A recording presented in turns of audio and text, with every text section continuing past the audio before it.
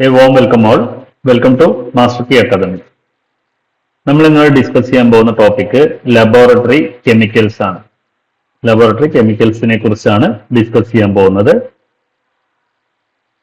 So എന്തൊക്കെയാണ് laboratory chemicals, അതേപോലെ ഈ കെമിക്കൽസ് ഹാൻഡിൽ ചെയ്യുമ്പോൾ എന്തൊക്കെ ചെയ്യണം, എന്തൊക്കെയാണ് നമ്മൾ പ്രിക്കോഷൻസ് എടുക്കേണ്ടത്, എങ്ങനെ അത് യൂസ് ചെയ്യണം, എങ്ങനെ അത് ഹാൻഡിൽ ചെയ്യണം, എങ്ങനെ അത് ഡിസ്കാർഡ് ചെയ്യണം, എന്തൊക്കെ സേഫ്റ്റി പ്രിക്കോഷൻസ് എടുക്കണം, അതിന്റെ സ്റ്റോറേജ് എങ്ങനെയായിരിക്കണം, ഇങ്ങനെയുള്ള കാര്യങ്ങളാണ് ഈ ടോപ്പിക്കിൽ ഡിസ്കസ് ചെയ്യുന്നത്. അപ്പൊ ഇതിന്റെ ഇമ്പോർട്ടൻസ് എന്താണെന്ന് ചോദിച്ചു കഴിഞ്ഞാൽ, എന്തിനാണ് നമ്മൾ ഇത് എങ്ങനെയാണ് ചെയ്യേണ്ടത്, എന്താണ് ഇതിന്റെ കാര്യങ്ങൾ, അതായത് എന്തുകൊണ്ടാണ് ഈ കെമിക്കൽസിനെ കുറിച്ച്, ലബോറട്ടറി കെമിക്കൽസിനെ കുറിച്ച് നമ്മൾ എന്തുകൊണ്ടാണ് അറിഞ്ഞിരിക്കേണ്ടത് എന്നുള്ളതെല്ലാം വളരെ ഇമ്പോർട്ടന്റ് ആണ്. അതിൽ വരുന്ന കാര്യങ്ങളാണ് നമ്മൾ ഡിസ്കസ് ചെയ്യുന്നത്. അപ്പോ ഏറ്റവും ആദ്യത്തെ കാര്യം, ensure safety laboratory personal. Laboratory personal എന്ന് പറഞ്ഞാൽ വ്യക്തികളാണ്, ലാബിനകത്തുള്ള വ്യക്തികളുടെ സേഫ്റ്റി. അതാണ് ഏറ്റവും അധികം. കെമിക്കൽസ് യൂസ് ചെയ്യുമ്പോൾ എങ്ങനെയൊക്കെ യൂസ് ചെയ്യണം, കാര്യങ്ങളെല്ലാം അറിയുന്നതിനാണ്. അവിടെ വർക്ക് ചെയ്യുന്ന നമ്മുടെ സേഫ്റ്റിയാണ് ഏറ്റവും ഇമ്പോർട്ടന്റ്. കാരണം മനുഷ്യജീവനേക്കാൾ വലുതൊന്നുമില്ല. അതുകൊണ്ട് ഏറ്റവും നമ്മുടെ സേഫ്റ്റിയാണ്. ഒപ്പം തന്നെ ഈ കെമിക്കൽ എന്താണ്, എങ്ങനെയാണ്, അത് ഓരോ സിറ്റുവേഷനിൽ എങ്ങനെ ഹാൻഡിൽ ചെയ്യണം, അല്ലെങ്കിൽ അത് എന്തൊക്കെ നമുക്ക് ഡേഞ്ചർ ഉണ്ടാക്കും, ഇങ്ങനെയുള്ള കാര്യങ്ങളൊക്കെ അറിഞ്ഞു കഴിഞ്ഞാൽ നമുക്ക് അതിന്റെ ആക്സിഡൻസ് എന്ന് പറഞ്ഞാൽ എന്താ, നമുക്ക് അൺഎക്സ്പെക്റ്റഡ് ആയിട്ട് അവിചാരിതമായിട്ട് ഉണ്ടാവുന്ന കാര്യങ്ങളാണ് നമ്മൾ ആക്സിഡൻസ് എന്ന് പറയുക. So help to prevent accidents and chemical hazard. Accident പറ്റുക എന്ന് പറഞ്ഞാൽ എന്താ, ഇപ്പൊ ഒരു ബീക്കറിൽ നല്ല ചൂടുള്ളത്, ഇപ്പൊ ഇതേപോലത്തെ ഒരു ബീക്കറിൽ നമ്മൾ ചൂടുള്ള ഒരു സൊല്യൂഷൻ എടുത്ത്, ഇതെല്ലാം ഹീറ്റ് റെസിസ്റ്റന്റ് ആയ ബീക്കറുകളായിരിക്കും, ബോറോസിലിക്കേറ്റ് ഗ്ലാസ് വെയർ ആയിരിക്കും. സപ്പോസ് അതില് ഭയങ്കര ഒരു എക്സോതെർമിക് റിയാക്ഷൻ എന്ന് പറയാം. അതായത് ഇപ്പൊ നമ്മള് സൾഫ്യൂരിക് ആസിഡ് ഡയലൂട്ട് ചെയ്യാണ്, ആസിഡ് വാട്ടറിലേക്ക് ആഡ് ചെയ്യാണ്. ആ സമയത്ത് നല്ല ചൂട് ജനറേറ്റ് ചെയ്യും. ആ സമയത്ത് നമ്മളത് തണുത്ത വെള്ളത്തിൽ ഈ ടാപ്പ് തുറന്നു വെച്ച് വെള്ളം വീണുകൊണ്ടിരിക്കുന്നതിലേക്ക് വെച്ചിട്ട് വേണം നമ്മളത് ചെയ്യാൻ. എന്ത് കണ്ടെയ്നർ ഉപയോഗിക്കുകയാണെങ്കിൽ, എന്ത് പാത്രം, ഗ്ലാസ് ആയിക്കോട്ടെ. ഗ്ലാസ് ഉപയോഗിക്കാൻ പാടില്ല, പ്ലാസ്റ്റിക് വെച്ചിട്ടാണ്, പ്ലാസ്റ്റിക് കണ്ടെയ്നറിലാണ് ചെയ്യുക. കാരണം ഗ്ലാസ് ഒരു ലിമിറ്റ് കഴിഞ്ഞാൽ പൊട്ടും. പ്ലാസ്റ്റിക് ആണെങ്കിൽ ഉരുകി ഷേപ്പ് മാറും. ഇതെല്ലാം നമ്മൾ അപ്പൊ പതിയെ സ്റ്റെപ്പ് ബൈ സ്ലോലി വേണം, ഇത് പതിയെ വേണം ചെയ്യാൻ. അപ്പോ അത് ശ്രദ്ധിച്ചില്ലെങ്കിലോ ചിലപ്പോൾ ഒരു ബ്ലാസ്റ്റ്, ഒരു അത്രയും ചൂടായിട്ട് ഒരു പൊട്ടിത്തെറി വരാം. അല്ലെങ്കിൽ ഈ പെട്ടെന്ന് അത് ഈ ഗ്ലാസ് വെയർ പൊട്ടിയാലോ, ഒരു ബീക്കർ പൊട്ടിക്കഴിഞ്ഞാൽ അതിനുള്ളിലെല്ലാം തെറിച്ചു പോകും. നമ്മുടെ മേലെ ആയി കഴിഞ്ഞാൽ നമുക്ക് ഹസാർഡ് വരും, നമുക്ക് അപകടം വരും. അത് കെമിക്കൽ തട്ടി ഉണ്ടാകുന്ന അപകടങ്ങളെ കെമിക്കൽ ഹസാർഡ് എന്ന് പറയും. പിന്നെ അതുകൊണ്ട് തന്നെ ഇത് ഹാൻഡിൽ ചെയ്യുന്ന നമുക്കെല്ലാം ഇത് ഹാൻഡിൽ ചെയ്യുന്ന ആൾക്കാർക്കെല്ലാം ഇതിനെപ്പറ്റി നല്ല നോളജ് വേണം. എന്താണ് കെമിക്കൽ, അതിന് ഞാൻ നേരത്തെ പറഞ്ഞ പോലെ അതെങ്ങനെയാണ് കീപ്പ് ചെയ്യേണ്ടത്, എങ്ങനെയാണ് ഉപയോഗിക്കേണ്ടത്, എങ്ങനെയാണ് ഇത് ഡിസ്കാർഡ് ചെയ്യേണ്ടത്, ഏതിന്റെ കൂടെയൊക്കെ കീപ്പ് ചെയ്യാൻ പാടില്ല, എല്ലാം നമുക്ക് വഴിയെ പറയാം. അതൊക്കെയാണ് ഈ കാര്യത്തിൽ നമ്മൾ ഈ ടോപ്പിക്കിൽ നമ്മൾ ഡിസ്കസ് ചെയ്യുന്ന ഈ ക്ലാസ്സിൽ. അപ്പൊ എന്തൊക്കെ ടൈപ്പ് ലബോറട്ടറി കെമിക്കൽ ഉണ്ട് എന്ന് ആദ്യം നോക്കാം. സിമ്പിൾ ആയിട്ട് നമ്മൾ ലാബുകളിൽ കുറെ നമ്മൾ ആസിഡുകൾ ഉപയോഗിക്കുന്നുണ്ട്. ഹൈഡ്രോക്ലോറിക് ആസിഡ് യൂസ് ചെയ്യുന്നുണ്ട്, സൾഫ്യൂരിക് ആസിഡ് യൂസ് ചെയ്യുന്നുണ്ട്. ആസിഡുകളുടെ രാജാവാണ് sulphuric acid. Nitric acid use ചെയ്യുന്നുണ്ട്. പിന്നെ ഒരുപാട് ഇതുണ്ട്, picric acid, trichloro acetic acid ഉണ്ട്, അങ്ങനെ ഒരുപാട് ഇതുണ്ട്, വെറും അസറ്റിക് ആസിഡ് ഉണ്ട്. ഒരുപാട് ആസിഡ്സ് നമ്മൾ യൂസ് ചെയ്യുന്നുണ്ട്. ഈ ആസിഡിന് നേരെ ഓപ്പോസിറ്റ് വരുന്ന ആൾക്കാരാണ് ബേസസ്. Sodium hydroxide. ഈ ആസിഡ് പൊള്ളുന്നതിനേക്കാൾ കൂടുതലാണ് ആൽക്കലി അല്ലെങ്കിൽ ബേസസ് തട്ടിയിട്ട് പൊള്ളിക്കഴിഞ്ഞാൽ നമുക്ക് ഉണ്ടാവുന്ന അപകടം. ആസിഡിനേക്കാൾ അപകടമാണ് ശരിക്ക് ആൽക്കലികൾ. അപ്പൊ ബേസസ് ഇതിൽ വരുന്നതാണ് സോഡിയം ഹൈഡ്രോക്സൈഡ്. സോഡിയം ഹൈഡ്രോക്സൈഡ് വെള്ളത്തിൽ നനച്ചു കഴിഞ്ഞാൽ നമുക്ക് പെട്ടെന്ന് നന്നായിട്ട് കൈ പൊള്ളും. സോഡിയം ഹൈഡ്രോക്സൈഡിന്റെ ഒരു പെല്ലറ്റ് എടുത്തിട്ട് വെള്ളത്തിൽ നനച്ചു കഴിഞ്ഞാൽ നമ്മുടെ പെട്ടെന്ന് കൈ പൊള്ളും, ചൂട് വരും, അത് റിയാക്ഷൻ വരും. സോഡിയത്തിന് പകരം അതിന്റെ തന്നെ പൊട്ടാസ്യം ഹൈഡ്രോക്സൈഡ്, സോഡിയം, പൊട്ടാസ്യം, പിന്നെ അമോണിയം ഹൈഡ്രോക്സൈഡ്, ഇതെല്ലാമാണ് ബേസസ്. ദെൻ സോൾവെന്റ് എന്ന് പറഞ്ഞാൽ നമ്മളെല്ലാ ലായകങ്ങൾ, അതായത് ഇതിനൊക്കെ എല്ലാ കാര്യങ്ങളെയും നമ്മൾ ലയിപ്പിക്കാൻ ഉപയോഗിക്കുന്ന സാധനങ്ങളാണ്. എത്തനോൾ, ഒരുപാട് വെള്ളത്തിൽ ഡിസോൾവ് ആവാത്ത സാധനങ്ങൾ എത്തനോളിൽ ഡിസോൾവ് ആവും. അസറ്റോൺ ഒരു സോൾവെന്റ് ആണ്, ടോളുവിൻ ഒരു സോൾവെന്റ് ആണ്. ഇങ്ങനെ ഇതെല്ലാം സോൾവെന്റുകളായിട്ട് ഉപയോഗിക്കുന്നുണ്ട്. പിന്നെ സാൾട്ടുകൾ എന്ന് പറയുമ്പോൾ സോഡിയം ക്ലോറൈഡ്, നമ്മൾ നോർമൽ ഉപയോഗിക്കുന്ന ഉപ്പ് സാൾട്ട് തന്നെയാണ്. പൊട്ടാസ്യം നൈട്രേറ്റ്, കോപ്പർ സൾഫേറ്റ്, ഇതെല്ലാം സാൾട്ടുകളായിട്ട് നമുക്ക് യൂസ് ചെയ്യാം. ലാബുകളിൽ സാൾട്ടുകളായിട്ട് ഉപയോഗിക്കുന്നുണ്ട്. പിന്നെ ഇൻഡിക്കേറ്റേഴ്സ് എന്ന് പറഞ്ഞു കഴിഞ്ഞാൽ എന്താ വെച്ച് കഴിഞ്ഞാൽ കളർ തരുന്ന സാധനങ്ങൾ. അതായത് അതിന് ആസിഡ് പി എച്ചിൽ കളർ ഉണ്ടാവില്ല, ആൽക്കലി പി എച്ച് ആയാൽ അത് കളർ ചേഞ്ച് വരും. നേരെ തിരിച്ചുണ്ട്, ആൽക്കലി പി എച്ചിൽ കളർ ഉണ്ടാവില്ല, ആസിഡ് പി എച്ച് ആയ കളർ ചേഞ്ച് വരും. അപ്പൊ ആ പി എച്ച് ചേഞ്ച് എല്ലാം ഡിറ്റക്ട് ചെയ്യാനും, അതേപോലെ ഓരോന്നിനും നമുക്ക് കളേർഡ് സൊല്യൂഷൻ, ഇപ്പൊ നമ്മൾ ഫസ്റ്റ് പിക്ചറിൽ കാണിച്ചില്ലേ കളേർഡ് സൊല്യൂഷൻ, അങ്ങനെ കളർ കൊടുക്കാൻ ഉപയോഗിക്കുന്ന ഒരുപാട് സാധനങ്ങളുണ്ട്. അതാണ് ഇൻഡിക്കേറ്റർ. ഇൻഡിക്കേറ്റ് ചെയ്യുക, ചൂണ്ടിക്കാണിക്കുന്ന, കളർ പ്രൊഡ്യൂസ് ചെയ്യുന്ന സാധനങ്ങളാണ്.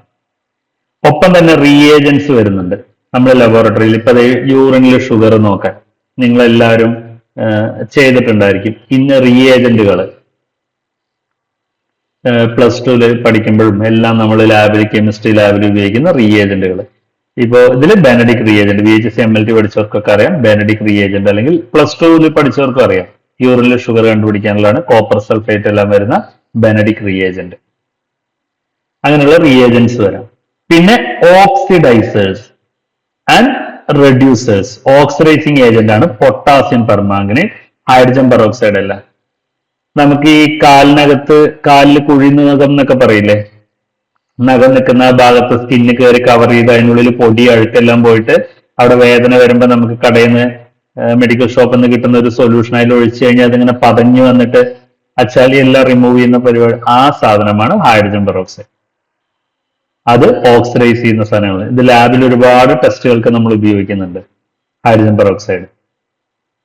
അതേപോലെ പൊട്ടാസ്യം പെർമാംഗനേറ്റ്, ഇതെല്ലാം ഈ റെഡ്യൂസിങ് അല്ലെങ്കിൽ ഓക്സിഡൈസിങ് ഏജൻസ്, റെഡ്യൂസിങ് ഏജൻസ് അങ്ങനെ വരുന്നുണ്ട്. പിന്നെ കുറെ എൻസൈംസ്, അങ്ങനെ ഹോർമോൺസ്, അങ്ങനെയും കുറെ ഇത് വരും. അതെല്ലാം ബേസിക്കലി പ്രോട്ടീൻ സ്ട്രക്ചറിൽ വരുന്നതാണ്. അപ്പോ കെമിക്കൽസ് ആയിട്ട് വരുന്നത് ഇങ്ങനെയുള്ള കുറെ സാധനങ്ങളാണ്. അപ്പൊ ആസിഡ്സ് ഉണ്ട്, ബേസസ് ഉണ്ട്, സോൾവെന്റ്സ് ഉണ്ട്, സാൾട്ടുകൾ ഉണ്ട്, ഇൻഡിക്കേറ്റേഴ്സ് ഉണ്ട്, ദെൻ ഓക്സിഡൈസേഴ്സ് അല്ലെങ്കിൽ റെഡ്യൂസേഴ്സ് ഉണ്ട്. ഇനി നമുക്ക് ഒരുപാട് ഹസാർഡ് സിമ്പലുകൾ, നിങ്ങൾ ഇപ്പോ ഒരു ഹോസ്പിറ്റലിലേക്ക് പോയി കഴിഞ്ഞാലോ, അല്ലെങ്കിൽ ഏതെങ്കിലും ഒരു കെമിക്കൽ ലാബുകളിലേക്ക് പോയാലോ, അല്ലെങ്കിൽ നിങ്ങൾ ഈ സിമ്പിൾസ് ഒക്കെ എവിടെയെങ്കിലും കണ്ടിട്ടുണ്ടായിരിക്കാം.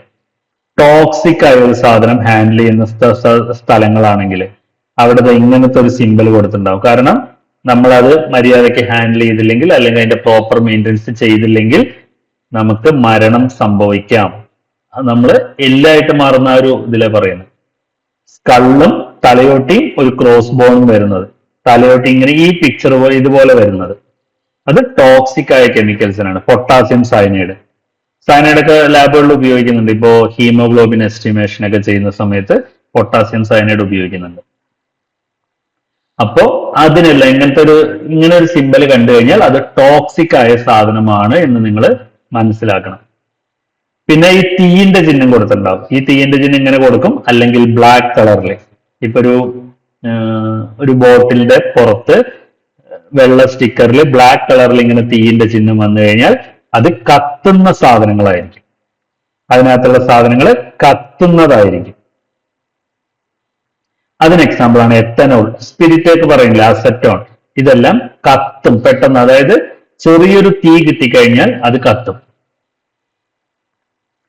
ഈ മണ്ണെണ്ണയെ കത്തുന്നതിനേക്കാട്ടിലും കൂടുതലായിട്ട് പെട്രോൾ കത്തും, അതിനേക്കാൾ കൂടുതലായിട്ട് നമ്മുടെ ഈ എത്തനോൾ എല്ലാം കത്തും. പിന്നെ ഇങ്ങനെ ബോംബിന്റെ പിക്ചർ പോലെ ഉണ്ടാണെങ്കിൽ, എക്സ്പ്ലോഡിംഗ് ബോംബിന്റെ ചിത്രങ്ങളാണെങ്കിൽ എക്സ്പ്ലോസീവ് ആണ്. ചിലപ്പോൾ അത് തീയിന്റെ ചിത്രം പോലെയും കൊടുക്കും, എക്സ്പ്ലോസീവ്, ഒരു പൊട്ടിത്തെറിയുടെ ചിത്രം പോലെ കൊടുക്കുന്ന പിക്ചറും കൊടുക്കാറുണ്ട്, എക്സ്പ്ലോസീവ് ആയിട്ടുള്ള.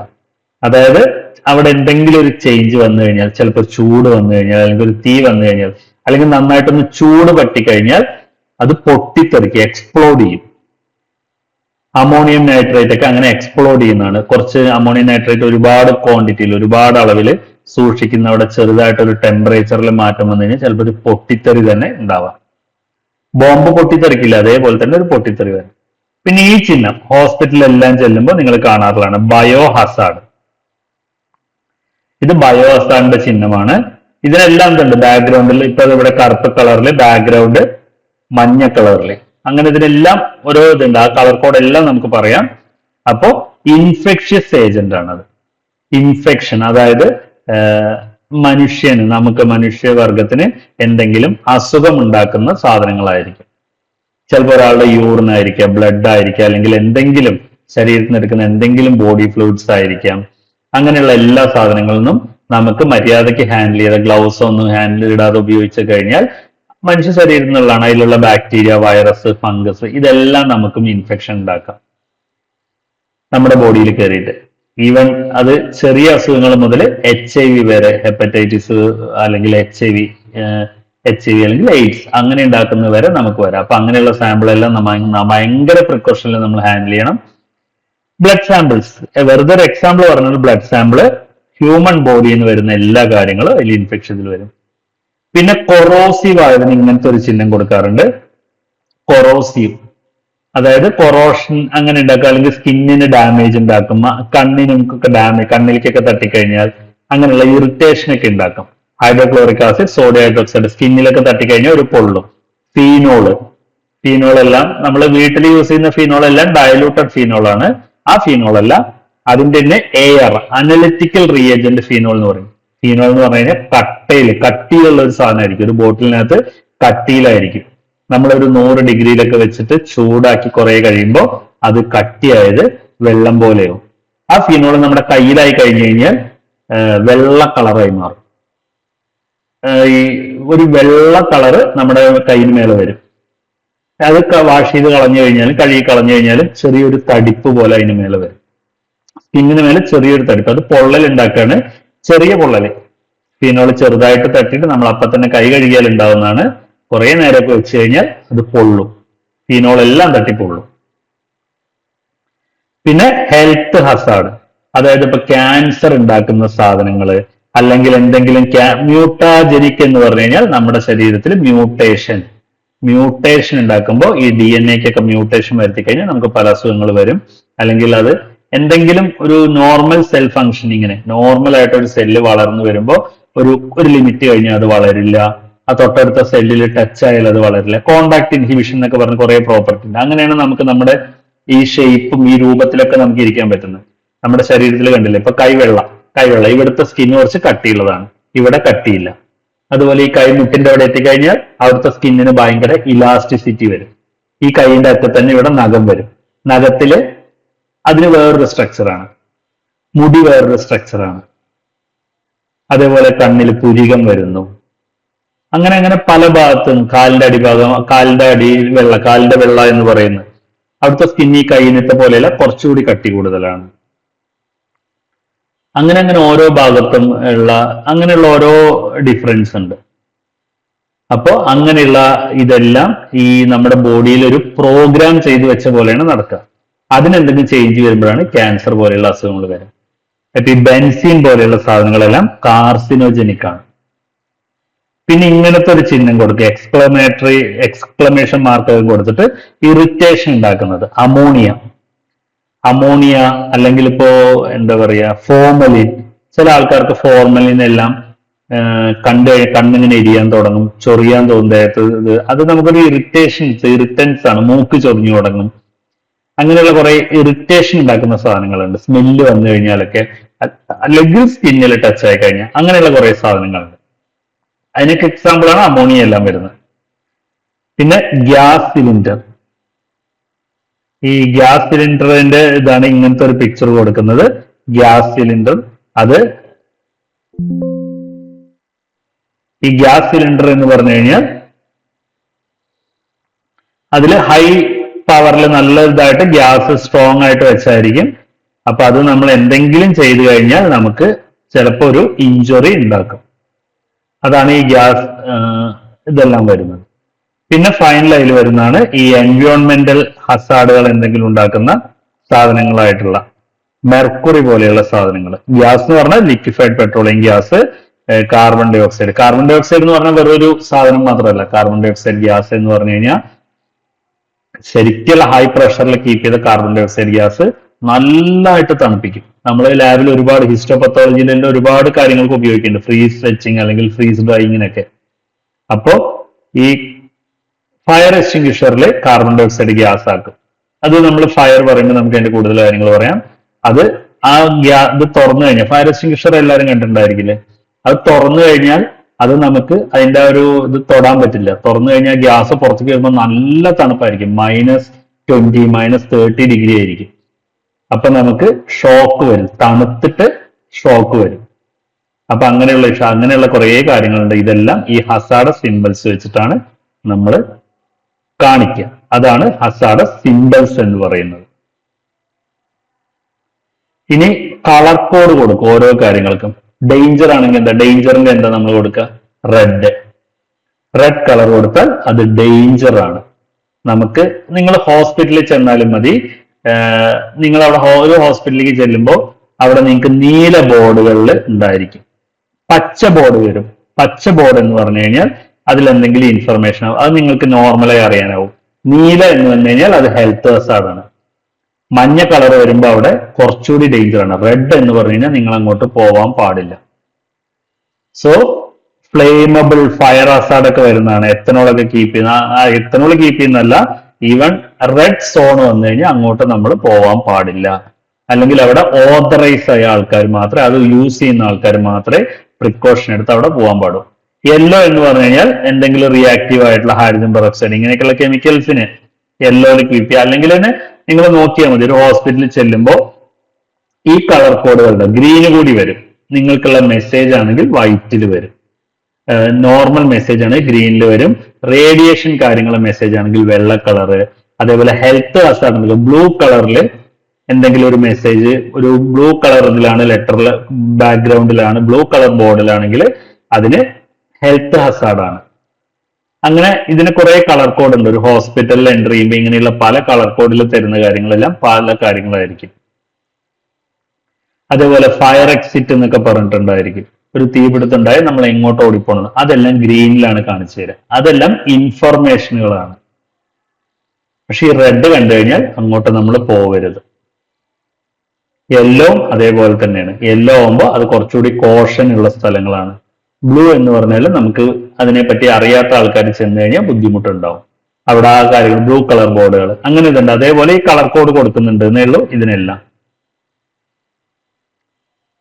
അപ്പോ ഇനി ലബോറട്ടറിക്ക് അകത്ത് ഇപ്പൊ ജനറലായ കുറെ കാര്യങ്ങൾ പറഞ്ഞു. ആസിഡ് എന്താ, ബേസ് എന്താ, സാൾട്ട് എന്താ, എക്സ്പ്ലോസീവ് ആയ കാര്യങ്ങൾ എന്താ, ടോക്സിക് എന്താ, ഇറിറ്റേഷൻ ഉള്ള കാര്യങ്ങൾ എന്താന്നെല്ലാം പറഞ്ഞു നമ്മൾ. ഇനി ഒരു ലബോറട്ടറിക്ക് അകത്ത് നിങ്ങൾ വർക്ക് ചെയ്യുമ്പോൾ വിയർ PPE എന്ന് പറഞ്ഞു കഴിഞ്ഞാൽ പേഴ്സണൽ പ്രൊട്ടക്റ്റീവ് എക്യുപ്മെന്റ്. ഒരു ലാബിനകത്ത് നിൽക്കുമ്പോൾ നമ്മൾ ധരിക്കേണ്ട സാധനങ്ങൾ. അത് ഡിപ്പെൻസ്, ഓരോ സിറ്റുവേഷനിലും മാറിക്കൊണ്ടിരിക്കും. നോർമൽ ഒരു ലാബിലാണെങ്കിൽ നമ്മൾ ജസ്റ്റ് ഒരു കോട്ട് ഇടുക, ലാബിന്റെ കോട്ട് ഇടുക, ഗ്ലൗസ് ഇടുക, ഗ്ലൗസ് ഇട്ട കോട്ട് ഇട്ട് കഴിഞ്ഞാൽ ഓക്കെ. മാസ്ക് ഇടുക. ഇപ്പൊ നമ്മൾ ഈ കോവിഡിന് ശേഷമൊക്കെ ആണെങ്കിൽ നമ്മൾ മാസ്കും ഏറ്റവും പണ്ട് കാലത്ത് മാസ്ക് ഉപയോഗിക്കുന്നത് വളരെ കുറവായിരുന്നു. ഓപ്പറേഷൻ തിയേറ്ററിനകത്തൊക്കെ യൂസ് ചെയ്യും. ഇപ്പൊ അത് കുറച്ച് മാറിയിട്ടുണ്ട്. സോ മാസ്ക് ഇട്ട് കഴിഞ്ഞാൽ ഓക്കെ. കുറച്ചുകൂടി ഹയർ എൻഡ് ലാബ് ആണെങ്കിൽ നമ്മളവിടെ ഇതിടും, എന്താ പറയുക, ഗോഗിൾ ഇടും. കണ്ണിലേക്കൊന്നും എന്തെങ്കിലും ഇൻഫെക്റ്റീവ് ആയ ഏജന്റോ അല്ലെങ്കിൽ കെമിക്കൽസോ തെറിക്കാതിരിക്കാൻ ഗോഗിൾ, കണ്ണടകൾ, പ്രത്യേകതരം കണ്ണടകൾ. ഇപ്പോ PPE കിറ്റ് എന്താണെന്നും ഗോഗിൾ എന്താണെന്നും ഹെഡ് ക്യാപ്പ് എന്താണെന്നും ഫുഡ് കവറിംഗ് ആയിട്ടുള്ള കാര്യങ്ങൾ എന്താണെന്നും ഒന്നും നമുക്ക് പറയാത്തല്ല, എല്ലാവരും പലപ്പോഴായിട്ട് കണ്ടിട്ടുണ്ടായിരിക്കും. N95 മാസ്ക്, റെസ്പിറേറ്ററുകൾ, അങ്ങനെ കുറെ ഈ കൂടുതൽ ഹസാർഡായിട്ട് ഇപ്പൊ നിപ്പ നന്നായിട്ട് സ്പ്രെഡായി നിൽക്കുന്നു. നിപ്പയുടെ ഒരു സാമ്പിൾ ഡീൽ ചെയ്യുന്ന സമയത്താണെങ്കിൽ നമ്മൾ ഈ N95 മാസ്കും റെസ്പിറേറ്ററും ഗോഗിളും ഫുൾ കവേർഡ് ആയിട്ടുള്ള PPE കിറ്റും എല്ലാം ധരിച്ചിട്ട് ഹാൻഡിൽ ചെയ്യാൻ പറ്റും. റുട്ടീൻ ഒരു ലാബിലാണെങ്കിൽ നമുക്ക് ഗ്ലൗസ്, കോട്ട്, ഒരു ഗോഗിളും ഉണ്ടെങ്കിൽ മാസ്കും ഉണ്ടെങ്കിൽ ഓക്കെയാണ്. സാധാ ബ്ലഡ് ടെസ്റ്റ് ചെയ്യുന്ന ലാബില്. മൈക്രോബയോളജിക്കൽ ലാബ് ആണെങ്കിൽ ചിലപ്പോൾ നമുക്കതിന് PPE കിറ്റ് വേണ്ടി വരും. അപ്പൊ നമുക്ക് സാധാ മാസ്ക് മതിയാവും ആദ്യം, പിന്നെ അത് N95 ആവും, പിന്നെ അത് റെസ്പിറേറ്റർ ആവും. പിന്നെ നമ്മൾ ലാബിനകത്ത് എപ്പോഴും ഇടുന്നത് കാലെല്ലാം നന്നായിട്ട് കവർ ചെയ്യുന്ന ടൈപ്പ് ഷൂ ആയിരിക്കണം നമ്മൾ യൂസ് ചെയ്യേണ്ടത്. അല്ലാതെ ഒരിക്കലും ഒരുപാട് ലാബുകളിൽ നിങ്ങൾ കണ്ടിട്ടുണ്ടായിരിക്കും അവിടുത്തെ സ്റ്റാഫുകൾ ചെരുപ്പ്, അതായത് നമ്മുടെ സ്ലിപ്പറുകൾ ഇടുന്നത്. അത് ഒരിക്കലും ചെയ്യാൻ പാടില്ല. ലാബിൽ സെപ്പറേറ്റ് ചെരുപ്പ് യൂസ് ചെയ്യണം, അത് ശരിയാണ്. പക്ഷെ അത് ഷൂസ് ആയിരിക്കണം.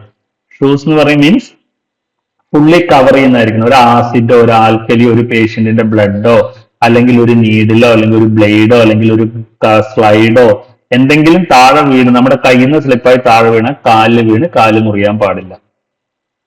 അതുകൊണ്ട് തന്നെ നമ്മൾ ഷൂസ് ആയിരിക്കണം ധരിക്കേണ്ടത്. പിന്നെ ഈ മൈക്രോബയോളജി ലാബൊക്കെയാണ്, അല്ലെങ്കിൽ ഇപ്പൊ സാധാരണ ഒരു ലബോറട്ടറി ആണെങ്കിൽ ഒരു കെമിക്കൽ, ഇപ്പൊ ഒരു ആസിഡ് ഒക്കെ വോളറ്റൈൽ ആയിട്ടുള്ള ആസിഡ് അതിന് ഗ്യാസ് പ്രൊഡ്യൂസ് ചെയ്യുകയാണെങ്കിൽ നമ്മൾ ഫ്യൂം ഹുഡ് യൂസ് ചെയ്യണം. ഫ്യൂം ഹുഡ് എന്ന് പറഞ്ഞാൽ ഒന്നുമില്ല, ഒരു ബോക്സ് ആയിരിക്കും. ആ ബോക്സിനകത്ത് വെച്ചിട്ട് വേണം. ബോക്സ് എന്ന് പറഞ്ഞാൽ നമുക്ക് അതിന്റെ ഫ്രണ്ട് നിന്നാണ് ഓപ്പറേറ്റ് ചെയ്യുക. ചെറിയൊരു വീട് പോലത്തെ ഒരു ഇതുണ്ടോ, ഇന്ന് പുറത്തോട്ടുള്ള ഗ്യാസ് എല്ലാം പുറത്തോട്ട്, അത് ലെവൽ ഉണ്ട്. ഫ്യൂം ഹുഡ് എന്ന് പറഞ്ഞാൽ ചെറിയൊരു സംഭവമാണ്. ഒരു നെഗറ്റീവ് പ്രഷർ കൊടുത്ത് അവിടെ പ്രൊഡ്യൂസ് ചെയ്യുന്ന ഗ്യാസിനെല്ലാം അല്ലെങ്കിൽ ഈ വോളറ്റൈൽ ഇതിനെല്ലാം മേലോട്ട് സക്ക് ചെയ്ത് കളയുന്നു. പിന്നെ ബയോ സേഫ്റ്റി ലെവൽ ക്യാബിനറ്റ്സ് ഉണ്ട്. BSL 1, 2, 2A എന്ന് പറഞ്ഞാൽ 2A, 2B, 3 ബയോസേഫ്റ്റി ലെവൽ 4 എന്ന് പറഞ്ഞിട്ട് വേണമെങ്കിലും ഹയർ ഉണ്ട്. നിപ്പ എബോളയ്ക്കൊക്കെ 4 ബയോസേഫ്റ്റി ലെവൽ 4 അല്ലെങ്കിൽ 3 ആ റേഞ്ചിലേക്കൊക്കെ യൂസ് ചെയ്യണം. അതൊക്കെയാണ് ലാബിലുള്ള സേഫ്റ്റി പ്രിക്കോഷൻസ് പറയുന്നത്. പിന്നെ റുട്ടീനായിട്ട് നമ്മൾ പറയുന്നത് ലാബിലിരുന്ന് ഭക്ഷണം കഴിക്കുക, അല്ലെങ്കിൽ ലാബിലുള്ള കാര്യങ്ങൾ എന്താ പറയുക, വെള്ളം അങ്ങനെയുള്ള ഭക്ഷണം കഴിക്കാനുള്ള സാധനങ്ങൾ ഫ്രിഡ്ജിൽ കീപ്പ് ചെയ്യുക, ലാബിലെ ഫ്രിഡ്ജിൽ കീപ്പ് ചെയ്യുക, അങ്ങനെയുള്ള പരിപാടികളൊന്നും ചെയ്യരുത്. ഞാൻ ഈ ഇൻസ്പെക്ഷനുമാണ്, ലാബുകളിൽ ഇൻസ്പെക്ഷനിൽ പോകുന്ന ആളാണ്. അപ്പൊ ആ പോകുന്ന സമയത്ത് പല ലാബുകളിലും കാണാറുണ്ട് അച്ചാർ കുപ്പി, സ്നാക്സ്, ഇതൊക്കെ ലാബിലെ റിയേജന്റ് വെക്കുന്ന ഫ്രിഡ്ജിനകത്ത് വെച്ചിട്ടുണ്ടാവും, സാമ്പിളും വെച്ചിട്ടുണ്ടാവും. അവർക്ക് അതിനെക്കുറിച്ച് ഒരു ഐഡിയ ഇല്ലാത്തതുകൊണ്ടാണ്. അങ്ങനെയുള്ള ഒരുപാട് ലാബുകൾ കണ്ടിട്ടുണ്ട്. അപ്പൊ അങ്ങനത്തെ പരിപാടികളൊന്നും ചെയ്യരുത്. പിന്നെ ഇതൊക്കെ നമ്മൾ ലാബിൽ നമ്മുടെ സേഫ്റ്റിക്ക് വേണ്ടി ചെയ്യുന്ന കാര്യങ്ങളാണ്. ഈ ഒരു കെമിക്കലിനെ പറ്റി അറിയുക, എങ്ങനെ സ്റ്റോർ ചെയ്യണം, അതിന്റെ സിമ്പൽ കണ്ടത് ഐഡന്റിഫൈ ചെയ്യണം, എല്ലാം. ഇനി അതെല്ലാം കഴിഞ്ഞു കഴിഞ്ഞാൽ അടുത്ത അറിയേണ്ടതാണ് know the location of safety equipment. ഇതൊക്കെ ഉണ്ടെങ്കിലും നമുക്ക് ചിലപ്പോൾ ലാബിൽ നിന്നൊരു ആക്സിഡന്റ് സംഭവിക്കും. കണ്ണിലേക്ക് ചിലപ്പോൾ ഒരു ആസിഡ് തെറിക്കാം. പണ്ട് കാലത്ത് എന്ന് പറഞ്ഞു കഴിഞ്ഞാൽ എല്ലാം നമ്മൾ പിപ്പറ്റ് വെച്ച് ചെയ്യുന്നു. സ്ട്രോങ് ആസിഡ്, സ്ട്രോങ് ആൽക്കലി, ഇതൊക്കെ പല കെമിക്കൽ റിയേജന്റ് ഉണ്ടാക്കാൻ നമുക്ക് ആവശ്യമുണ്ട്. പക്ഷെ ഇപ്പോഴത്തെ ലബോറട്ടറികളിൽ അങ്ങനെയില്ല. സ്റ്റുഡൻസ് ലാബിൽ പിന്നെ ഇപ്പോഴും സ്ട്രോങ് ആയിട്ടുള്ള കാര്യങ്ങളെല്ലാം യൂസ് ചെയ്യുന്നുണ്ട്, പിപ്പറ്റിംഗ് എല്ലാം ചെയ്യുന്നുണ്ട്. ഒരു ക്ലിനിക്കൽ ലബോറട്ടറി അല്ലെങ്കിൽ ഒരു മെഡിക്കൽ ലബോറട്ടറി ആകുമ്പോൾ ഇപ്പൊ എല്ലാം ഭയങ്കര സോഫിസ്റ്റിക്കേറ്റഡ് ഇൻസ്ട്രുമെന്റ്സ് ആണ്. നമുക്ക് ആക്സിഡന്റിനുള്ള ചാൻസ് വളരെ കുറച്ചിട്ടുണ്ട്. അപ്പൊ ഈ കണ്ണിലേക്ക് എന്തെങ്കിലും ഒരു പേഷ്യന്റെ ബ്ലഡ് കണ്ണിലോട്ട് തെറിച്ചു, അല്ലെങ്കിൽ എന്തെങ്കിലും ഒന്ന് കണ്ണിലോട്ട് തെറിച്ചു, കണ്ണ് കഴുകണമെങ്കിൽ നമുക്ക് ഐ വാഷിംഗ് സ്റ്റേഷൻ വേണം. കണ്ണ് കഴുകാനുള്ള സ്ഥലം. നമ്മുടെ കണ്ണിൽ തെറിച്ച സമയത്ത് കണ്ണ് കുറെ നേരം 15 മിനിറ്റ് 30 മിനിറ്റ് കണ്ണ് കഴുകിക്കൊണ്ടിരിക്കണം. അപ്പൊ അതൊരിക്കലും ഈ കൈ കൊണ്ട് ഇങ്ങനെ ഇട്ടാക്കി കഴുകിക്കൊണ്ടിരിക്കലും നടക്കില്ല. അപ്പൊ അതിന് നമുക്ക് സ്ക്യൂസ് ബോട്ടിൽ, സാധാ പ്ലാസ്റ്റിക് ബോട്ടിലിന്റെ അറ്റത്തൊരു ഇങ്ങനെ ഒരു ട്യൂബ് പോലെ വന്നിട്ട് നമുക്ക് സ്ക്യൂസ് ചെയ്ത് കണ്ണിലേക്ക് വീഴും. പക്ഷെ അതൊക്കെ ആദ്യകാലത്ത് പറഞ്ഞാണ്. ഇപ്പൊ അതെല്ലാം മാറ്റി ഹാൻഡ് ഷവറുകൾ, നമ്മൾ ബാത്റൂമിൽ യൂസ് ചെയ്യുന്ന ഹാൻഡ് ഷവറുകൾ, ഇതേ ഹാൻഡ് ഷവർ വെച്ചിട്ട് കണ്ണിലേക്ക് ഇങ്ങനെ സ്പ്രേ ചെയ്തുകൊണ്ടിരിക്കണം. അതാണ് നമ്മൾ എത്ര നേരമാണ് ആ കണ്ണ് തുറന്ന് പിടിച്ചിട്ട് കണ്ണിന് ഡാമേജ്, കാഴ്ചയെ ബാധിക്കാൻ പാടില്ല. 15 മിനിറ്റ് 20 മിനിറ്റ് ഒക്കെ നമ്മളത് വെള്ളം ഫ്ലഷ് ചെയ്തുകൊണ്ടേയിരിക്കണം. അതാണ് ഒന്ന് ശ്രദ്ധിക്കേണ്ട കാര്യങ്ങൾ. പിന്നെ അതിനും കുറച്ചുകൂടി ക്രൈറ്റീരിയ പറയുന്നുണ്ട്. ഇപ്പൊ ഇടത് കണ്ണിലായി കഴിഞ്ഞാൽ ഇടത് കണ്ണിന്ന് ഇവിടുന്ന് ഇങ്ങനെ ചെരിച്ചു വെച്ച് ഈ സൈഡിൽ നിന്ന് ഇവിടുന്ന് സ്പ്രേ ചെയ്ത് ഇങ്ങനെ കളയണം. ഒരിക്കലും ഈ കണ്ണിൽ തട്ടിക്കഴിഞ്ഞ് ഈ കണ്ണ് മേലോട്ടാക്കി വെച്ച് ഈ കണ്ണിലൂടെ വെള്ളം പാസ് ചെയ്ത് അടുത്ത കണ്ണിലേക്ക് വരാൻ പാടില്ല. അപ്പോ എന്താണോ നമ്മുടെ കണ്ണില് ഒരു തട്ടിയ സാധനം അത് മറ്റേ കണ്ണിലേക്ക് എത്താൻ പാടില്ല. അങ്ങനെയുള്ള കുറെ ക്രൈറ്റീരിയ ഉണ്ട്. പിന്നെ ലാബിൽ വേണ്ടാണ് ഫയർ എക്സ്റ്റിങ്ക്വിഷർ. ഫയർ എക്സ്റ്റിങ്ക്വിഷർ പല ടൈപ്പ് ഉണ്ട്. ഈ പേപ്പർ, അതേപോലെ മരം, പേപ്പർ, അങ്ങനെയുള്ള സാധനങ്ങളൊക്കെ കത്തുന്ന, കാർഡ്ബോർഡ്, ഇങ്ങനെയൊക്കെ കത്തുന്ന ടൈപ്പ് അതിനെ നമ്മൾ എ ടൈപ്പ് എന്ന് പറയും. പിന്നെ കത്തുന്ന സാധനങ്ങൾ, ഫ്ലെയിമബിൾ ലിക്വിഡ്, ഫ്ലെയിമബിൾ ഗ്യാസ്, ഇതെല്ലാം ബി ടൈപ്പ് ഒക്കെ വരും. അങ്ങനെ വരുന്നതാണ്. പിന്നെ കുറച്ചുകൂടിയിട്ട് വരുന്ന ഗ്രീസ്, അങ്ങനെയൊക്കെ ലിക്വിഡ്സ്, ഓയിൽസ് ഒക്കെ വരുന്ന സി ടൈപ്പിൽ വരും. ഇതെല്ലാം കളയാൻ നമുക്ക് ഡ്രൈ പൗഡറുകൾ യൂസ് ചെയ്യാം. ABC type fire extinguisher. നിങ്ങൾ ഇങ്ങനൊരു ഫയർ എക്സ്റ്റിങ്ക്വിഷർ കാണുമ്പോൾ നോക്കേണ്ടത് അതിനകത്ത് പ്രഷർ വെച്ചിട്ടുണ്ടാവും. ഇപ്പുറത്തെ റെഡും ഉണ്ടാവും, അപ്പുറത്തേക്ക് ഇതുണ്ട്. അതിന് കറക്റ്റ് അതിന്റെ പ്രഷർ ഓക്കെ ആണോ, അത് വിത്തിൻ എക്സ്പയറി ആണോ, എക്സ്പയറി ഡേറ്റ് ആവാത്തതാണോ, പ്രഷർ ഓക്കെ ആണോ, പിന്നെ ഒരു ABC എന്ന് എഴുതിയിട്ടുണ്ടാവും, ABC ടൈപ്പ് ആണോ, ചിലപ്പോൾ കാർബൺ ഡൈ ഓക്സൈഡ് ടൈപ്പ് ആയിരിക്കും. അപ്പൊ അതെല്ലാം നോക്കിയിട്ട് അതെല്ലാം കാണുമ്പോൾ ഒന്ന് ഒബ്സർവ് ചെയ്താൽ മതി. അതിൽ ഒരുപാട് കാര്യങ്ങൾ എഴുതിയിട്ടുണ്ടാവും. അപ്പൊ ആ കാര്യങ്ങളൊക്കെ നോക്കിയാൽ നമുക്ക് ഇതിനെക്കുറിച്ച് കൂടുതൽ ഒരു നോളജ് കിട്ടും. പിന്നെ ഫസ്റ്റ് എയ്ഡ് കിറ്റ്, നമുക്കിപ്പോ ഒരു മുറിവ് പറ്റി അല്ലെങ്കിൽ നമുക്കൊരു പൊള്ളല് പറ്റി അങ്ങനെ ആകുമ്പോൾ എന്തെങ്കിലും ബേസിക് ആയിട്ടുള്ള, ഇപ്പൊ പൊള്ളലിനാണെങ്കിൽ സിൽവർ സാൻഡ് എന്നൊക്കെ പറയുന്ന ഓയിൻമെന്റ് നമ്മുടെ കയ്യിൽ വേണം. അതേപോലെ നമുക്കിപ്പോ ഒരു മുറിവ് പറ്റി ഒന്ന് ഡ്രസ് ചെയ്യണം. അങ്ങനെയുള്ള എല്ലാ ഫസ്റ്റ് എയ്ഡ് കിറ്റുകളും നമുക്ക് ലാബിൽ അവൈലബിൾ ആയിരിക്കണം. സേഫ്റ്റി ഷവർ, ഇതിപ്പോ മസ്റ്റ് ആയിട്ട് പറയുന്ന ഒരു കാര്യമാണ്. ഇപ്പൊ ഒരു റിയേജന്റ് എല്ലാം മേലെ എവിടെയെങ്കിലും വെച്ചു, നമ്മുടെ മേലെ കൂടെ പോയി, ഡ്രസ്സിലൂടെ നമ്മുടെ മേലെ കൂടെ പോയി, അപ്പൊ നമുക്ക് എന്ത് ചെയ്യണം? ആ ഡ്രസ്സ് നനഞ്ഞു, ആ സാധനം വെച്ച ഡ്രസ്സ് നനഞ്ഞു, നമ്മുടെ സ്കിന്നിലായി കഴിഞ്ഞാൽ നമ്മളൊന്ന് കഴുകിയാൽ പോകും. സ്കിൻ ഒരു ഇതല്ലേ, സ്കിന്നിലായി കഴിഞ്ഞാൽ കഴുകിയാൽ പോകും. പക്ഷെ ഡ്രസ്സിലായി കഴിഞ്ഞാലോ, ഡ്രസ്സ് നനഞ്ഞ സ്കിന്നിലുമായിട്ട് അതെങ്ങനെ ഇരിക്കുകയാണ്. അപ്പൊ ഒരു സാധനം തട്ടിയിട്ട് നമ്മൾ വേഗം കഴുകി കളയുന്ന പോലെയല്ല, അത് വേറെ തുണിയിലായിട്ട്, ആ തുണി നമ്മുടെ ഇപ്പൊ ഒരു നിങ്ങളുടെ കയ്യിലായി, ഇവിടെ ചുരിദാറിന്റെ കൈ ഇതുവരെ ഉണ്ട്, അല്ലെങ്കിൽ ഷർട്ടിന്റെ കൈ ഇതുവരെ ഉണ്ട്, ഇതിൽ ആ ഒരു ആസിഡ് എന്തെങ്കിലും ആയി, അവസാനം ഈ ആസിഡ് എപ്പോഴും നമ്മുടെ സ്കിന്നുമായിട്ട് കോണ്ടാക്ട് വന്നാൽ എന്താ സംഭവിക്കുക? അത് പൊള്ളാനുള്ള സാധ്യത കൂടും. അപ്പൊ എന്താ ചെയ്യുക വെച്ച് കഴിഞ്ഞാൽ സേഫ്റ്റി ഷവർ എന്ന് പറയും. ഷവറിന് നേരെ നമ്മുടെ മേലെ കൂടെ പോയി കഴിഞ്ഞാൽ വേഗം വാഷ്റൂമിൽ പോവുക, നന്നായിട്ട് മേലെ വെള്ളം എല്ലാം പാസ് ചെയ്ത് നന്നായിട്ട് കുളിച്ച് വൃത്തിയായി, എവിടെയാണോ തട്ടിയത് അവിടെ നന്നായിട്ട് വെള്ളം ഒഴിച്ചിട്ട്, ചിലപ്പോൾ നമ്മൾ മേലെ കൂടെ ആയിരിക്കും, ചിലപ്പോൾ ഒരു ഈ വർക്ക് ബെഞ്ചിൽ നേരെ മേലോട്ട് മറിഞ്ഞ് നമ്മുടെ ഹിപ്പിന് മേലെല്ലാം അങ്ങനെ ആയിട്ടുണ്ടെങ്കിലും ഡ്രസ്സിലായതാണെങ്കിലും അത് നന്നായി കഴുകിയിട്ട്, ചിലപ്പോൾ നല്ല ക്വാണ്ടിറ്റി കൂടുതൽ വോളിയം ഉണ്ടെങ്കിൽ ചിലപ്പോൾ ഒരു യൂറിൻ ബോട്ടിലൊക്കെ ആയിരിക്കും, ചിലപ്പോൾ മറിഞ്ഞു പോയെങ്കിൽ നമ്മൾ വേഗം കുളിക്കുക. അങ്ങനെ എന്താണ് കെമിക്കൽ ആണെങ്കിലും, ഞാൻ ലാബിന്റെ കാര്യത്തിലാണ് പറയുന്നത്, ബ്ലഡ് യൂറിൻ എന്നൊക്കെ ചിലപ്പോൾ ആസിഡ് തട്ടും, അമോണിയ തട്ടും. അമോണിയ 500 ml ബോട്ടിൽ ഉണ്ടായിരിക്കും, അത് മറിഞ്ഞ് നമ്മുടെ മേലേക്കാണ് തെറിക്കുക, അത് പൊള്ളലുണ്ടാക്കും, ഇറിറ്റന്റ് ആണ്. അപ്പൊ അങ്ങനെയുള്ള കാര്യങ്ങൾ ഉണ്ടാകുമ്പോൾ നമ്മൾ സേഫ്റ്റി ഷവർ, നമുക്ക് ലാബിനകത്ത് കുളിക്കാനുള്ള സൗകര്യം ഉണ്ടായിരിക്കണം. സേഫ്റ്റി ഷവർ ആണ്. പെട്ടെന്ന് തന്നെ പോയിട്ട് നോക്കിയും കണ്ട് നിൽക്കുകയല്ല, പെട്ടെന്ന് തന്നെ വേഗം പോവുക, ഡ്രസ്സെല്ലാം അഴിച്ചു മാറ്റി നമ്മൾ വേഗം കുളിക്കണം. നമ്മുടെ മേലെ ദേഹത്ത് പൊള്ളാൻ പാടില്ല, ഡ്രസ്സ് പോയിക്കോട്ടെ, പക്ഷെ ദേഹത്ത് പൊള്ളാൻ പാടില്ല, ആ ലെവലിൽ ചെയ്യണം. അതൊക്കെയാണ്. അപ്പൊ ഈ കാര്യങ്ങളെല്ലാം ഇതെല്ലാം എവിടെയാണ് എന്നുള്ളത്, കണ്ണിലേക്ക് പെട്ടെന്ന് തെറിച്ചു കഴിഞ്ഞാൽ ഐ വാഷിംഗ് സ്റ്റേഷൻ എവിടെ, വാഷ് ബേസിനിൽ ഐ വാഷിംഗ് സ്റ്റേഷൻ എവിടെയും തിരിച്ചറിയണം. ഫയർ എക്സ്റ്റിംഗ്വിഷർ, ചെറിയ തീപിടുത്തം ഉണ്ടായി, തീപിടുത്തം പല ടൈപ്പ് ഉണ്ട്. അപ്പോ ചെറിയ തീപിടുത്താണെങ്കിൽ ആ തീ അണയ്ക്കാൻ വേണ്ടി ഫയർ എക്സ്റ്റിംഗ്വിഷറിന്റെ കാര്യം നമുക്ക് പറയാം. അതേപോലെ ഫസ്റ്റ് എയ്ഡ് കിറ്റ് എവിടെയാണെന്ന് അറിയണം, സേഫ്റ്റി ഷവർ എവിടെയെന്ന് അറിയണം. ചിലപ്പോൾ കണ്ണിലേക്ക് ഇത് തെറിച്ചു കഴിഞ്ഞു കഴിഞ്ഞാൽ നമുക്ക് ആ ലാബിനെ കുറിച്ച് ഫുൾ ഐഡിയക്ക് നമുക്ക് ചെറുതായിട്ട് ഒരു കണ്ണിലേക്ക് തെറിച്ചാലും മറ്റേ കണ്ണ് തുറന്നു പിടിച്ചുകൊണ്ട് നമുക്ക് വേഗം പോയിട്ട് അവിടെ സ്ഥലത്ത് എത്താൻ പറ്റും. ഇതെല്ലാം എവിടെ ഇരിക്കുന്നു എന്ന് അറിയണം.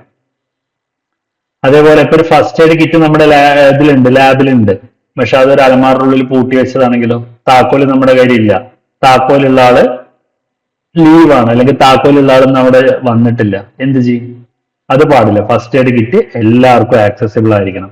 ഫയർ എക്സ്റ്റിംഗ്വിഷർ 3 അടി 4 അടി ഉയരത്തിലേ വെക്കാൻ പാടും. കാരണം നമുക്ക് പലർക്കും പല ഹൈറ്റ് ആണ്. അത് 5 കിലോന്റെ ഉണ്ട്, 3 കിലോന്റെ ഉണ്ട്, അങ്ങനെ വലിയ പല ടൈപ്പ് ഉണ്ട്. എല്ലാവർക്കും എടുത്ത് ഉപയോഗിക്കാൻ പറ്റുന്ന ടൈപ്പ് ആയിരിക്കണം. ഈ ഐ വാഷ് ബോട്ടിൽ ഉണ്ട്, ഐ വാഷ് ബോട്ടിൽ പക്ഷെ അലമാറിനുള്ളിൽ പൂട്ടി വെക്കാൻ പാടില്ല. അത് എല്ലാവർക്കും എടുത്ത് ഉപയോഗിക്കാൻ പറ്റുന്ന രീതിയിൽ. പിന്നെ പഴയ വെള്ളമൊന്നും ആയിരിക്കരുത് അതിൽ, കറക്റ്റ് ആയിട്ട് അത് ക്ലീൻ ചെയ്ത് അത് കറക്റ്റ് ഡെയിലി റീപ്ലേസ് ചെയ്ത് വെക്കണം. സേഫ്റ്റി ഷവർ ഇതാണ്, വാഷ്റൂം ആണ്. ആ വാഷ്റൂമിൽ ലോക്ക് ചെയ്തിട്ടാ പോയിരിക്കുന്നെങ്കിലോ, താക്കോല് നിങ്ങളുടെ കയ്യിലില്ല, അങ്ങനെ ഒന്നും ഉണ്ടാകാൻ പാടില്ല. അത് ലാബുകാർക്ക് ആക്സസബിൾ ആയിരിക്കണം, ആ ലാബോറട്ടറിക്ക് അകത്ത് വർക്ക് ചെയ്യുന്ന പേഴ്സണൽസ്. പിന്നെ ഒരിക്കലും ലാബിൽ നമുക്ക് അസുഖങ്ങൾ വരാതിരിക്കാനുള്ള കാര്യങ്ങളാണ് ഇനി പറയുന്നത്. അസുഖങ്ങളല്ല, നമുക്കൊരു ഹസാർഡ്, ഒരു ആക്സിഡന്റ് വരാതിരിക്കാൻ ഒരിക്കലും സ്മെല്ല് ടേസ്റ്റ് ചെയ്യാൻ പാടില്ല. നമ്മുടെ നാവെല്ലാം എന്ന് പറഞ്ഞു കഴിഞ്ഞാൽ വളരെ ഇതാണ്. ചില കെമിക്കൽ സ്മെല്ല് ചെയ്ത് കഴിഞ്ഞാൽ ചിലപ്പോൾ അത് ഭയങ്കര ഇതുണ്ടാക്കും. ഇപ്പൊ ജസ്റ്റ്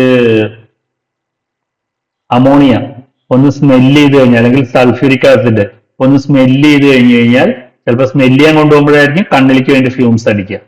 ചില കാര്യങ്ങളുണ്ട്, ടേസ്റ്റ് ചെയ്ത് നോക്കുക, കണ്ട ഉപ്പ് പോലെ ഉണ്ടാവും, പക്ഷെ ടേസ്റ്റ് ചെയ്ത് നോക്കുമ്പോൾ നാവ് പൊള്ളും.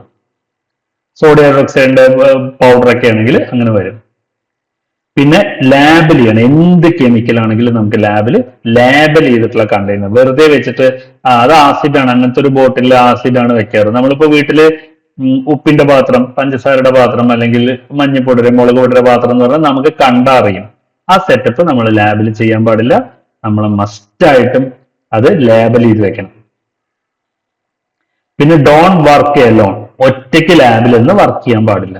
കാരണം എന്തൊരു ആക്സിഡന്റ് എപ്പോ വേണമെങ്കിലും സംഭവിക്കാൻ ചാൻസ് ഉണ്ട്. ചിലപ്പോൾ നമുക്ക് ആക്സിഡന്റ് പറ്റുമ്പോൾ ഒരാളില്ലെങ്കിൽ നമുക്ക് അവിടുന്ന് രക്ഷപ്പെടാനോ, അല്ലെങ്കിൽ നമുക്ക് അതിനൊന്നും ചെയ്യാം, കണ്ണിലേക്ക് തെറിച്ചു, കണ്ണ് തുറക്കാൻ പറ്റാത്ത അവസ്ഥയാണ്, നന്നായിട്ട് നീറുന്നു, നമുക്ക് എങ്ങനെ അവിടുന്ന് രക്ഷപ്പെട്ടത്, അല്ലെങ്കിൽ പുറത്തു പോയിട്ട് ഒരാളെ വിളിക്കാൻ എന്തെങ്കിലും. അപ്പൊ don't work alone in the lab എന്ന് പറയുമ്പോൾ ഭയങ്കര ഡേഞ്ചറസ് ആയിട്ടുള്ള ഒരു ആക്ടിവിറ്റി ചെയ്യുമ്പോൾ കൂടെ എപ്പോഴും ഒരാൾ വേണം. പിന്നെ ഡിസ്പോസ്, ഓരോ കെമിക്കലും ഉപയോഗം കഴിഞ്ഞു കഴിഞ്ഞാൽ അത് കളയാൻ MSDS എന്ന് പറയും, material safety data sheet.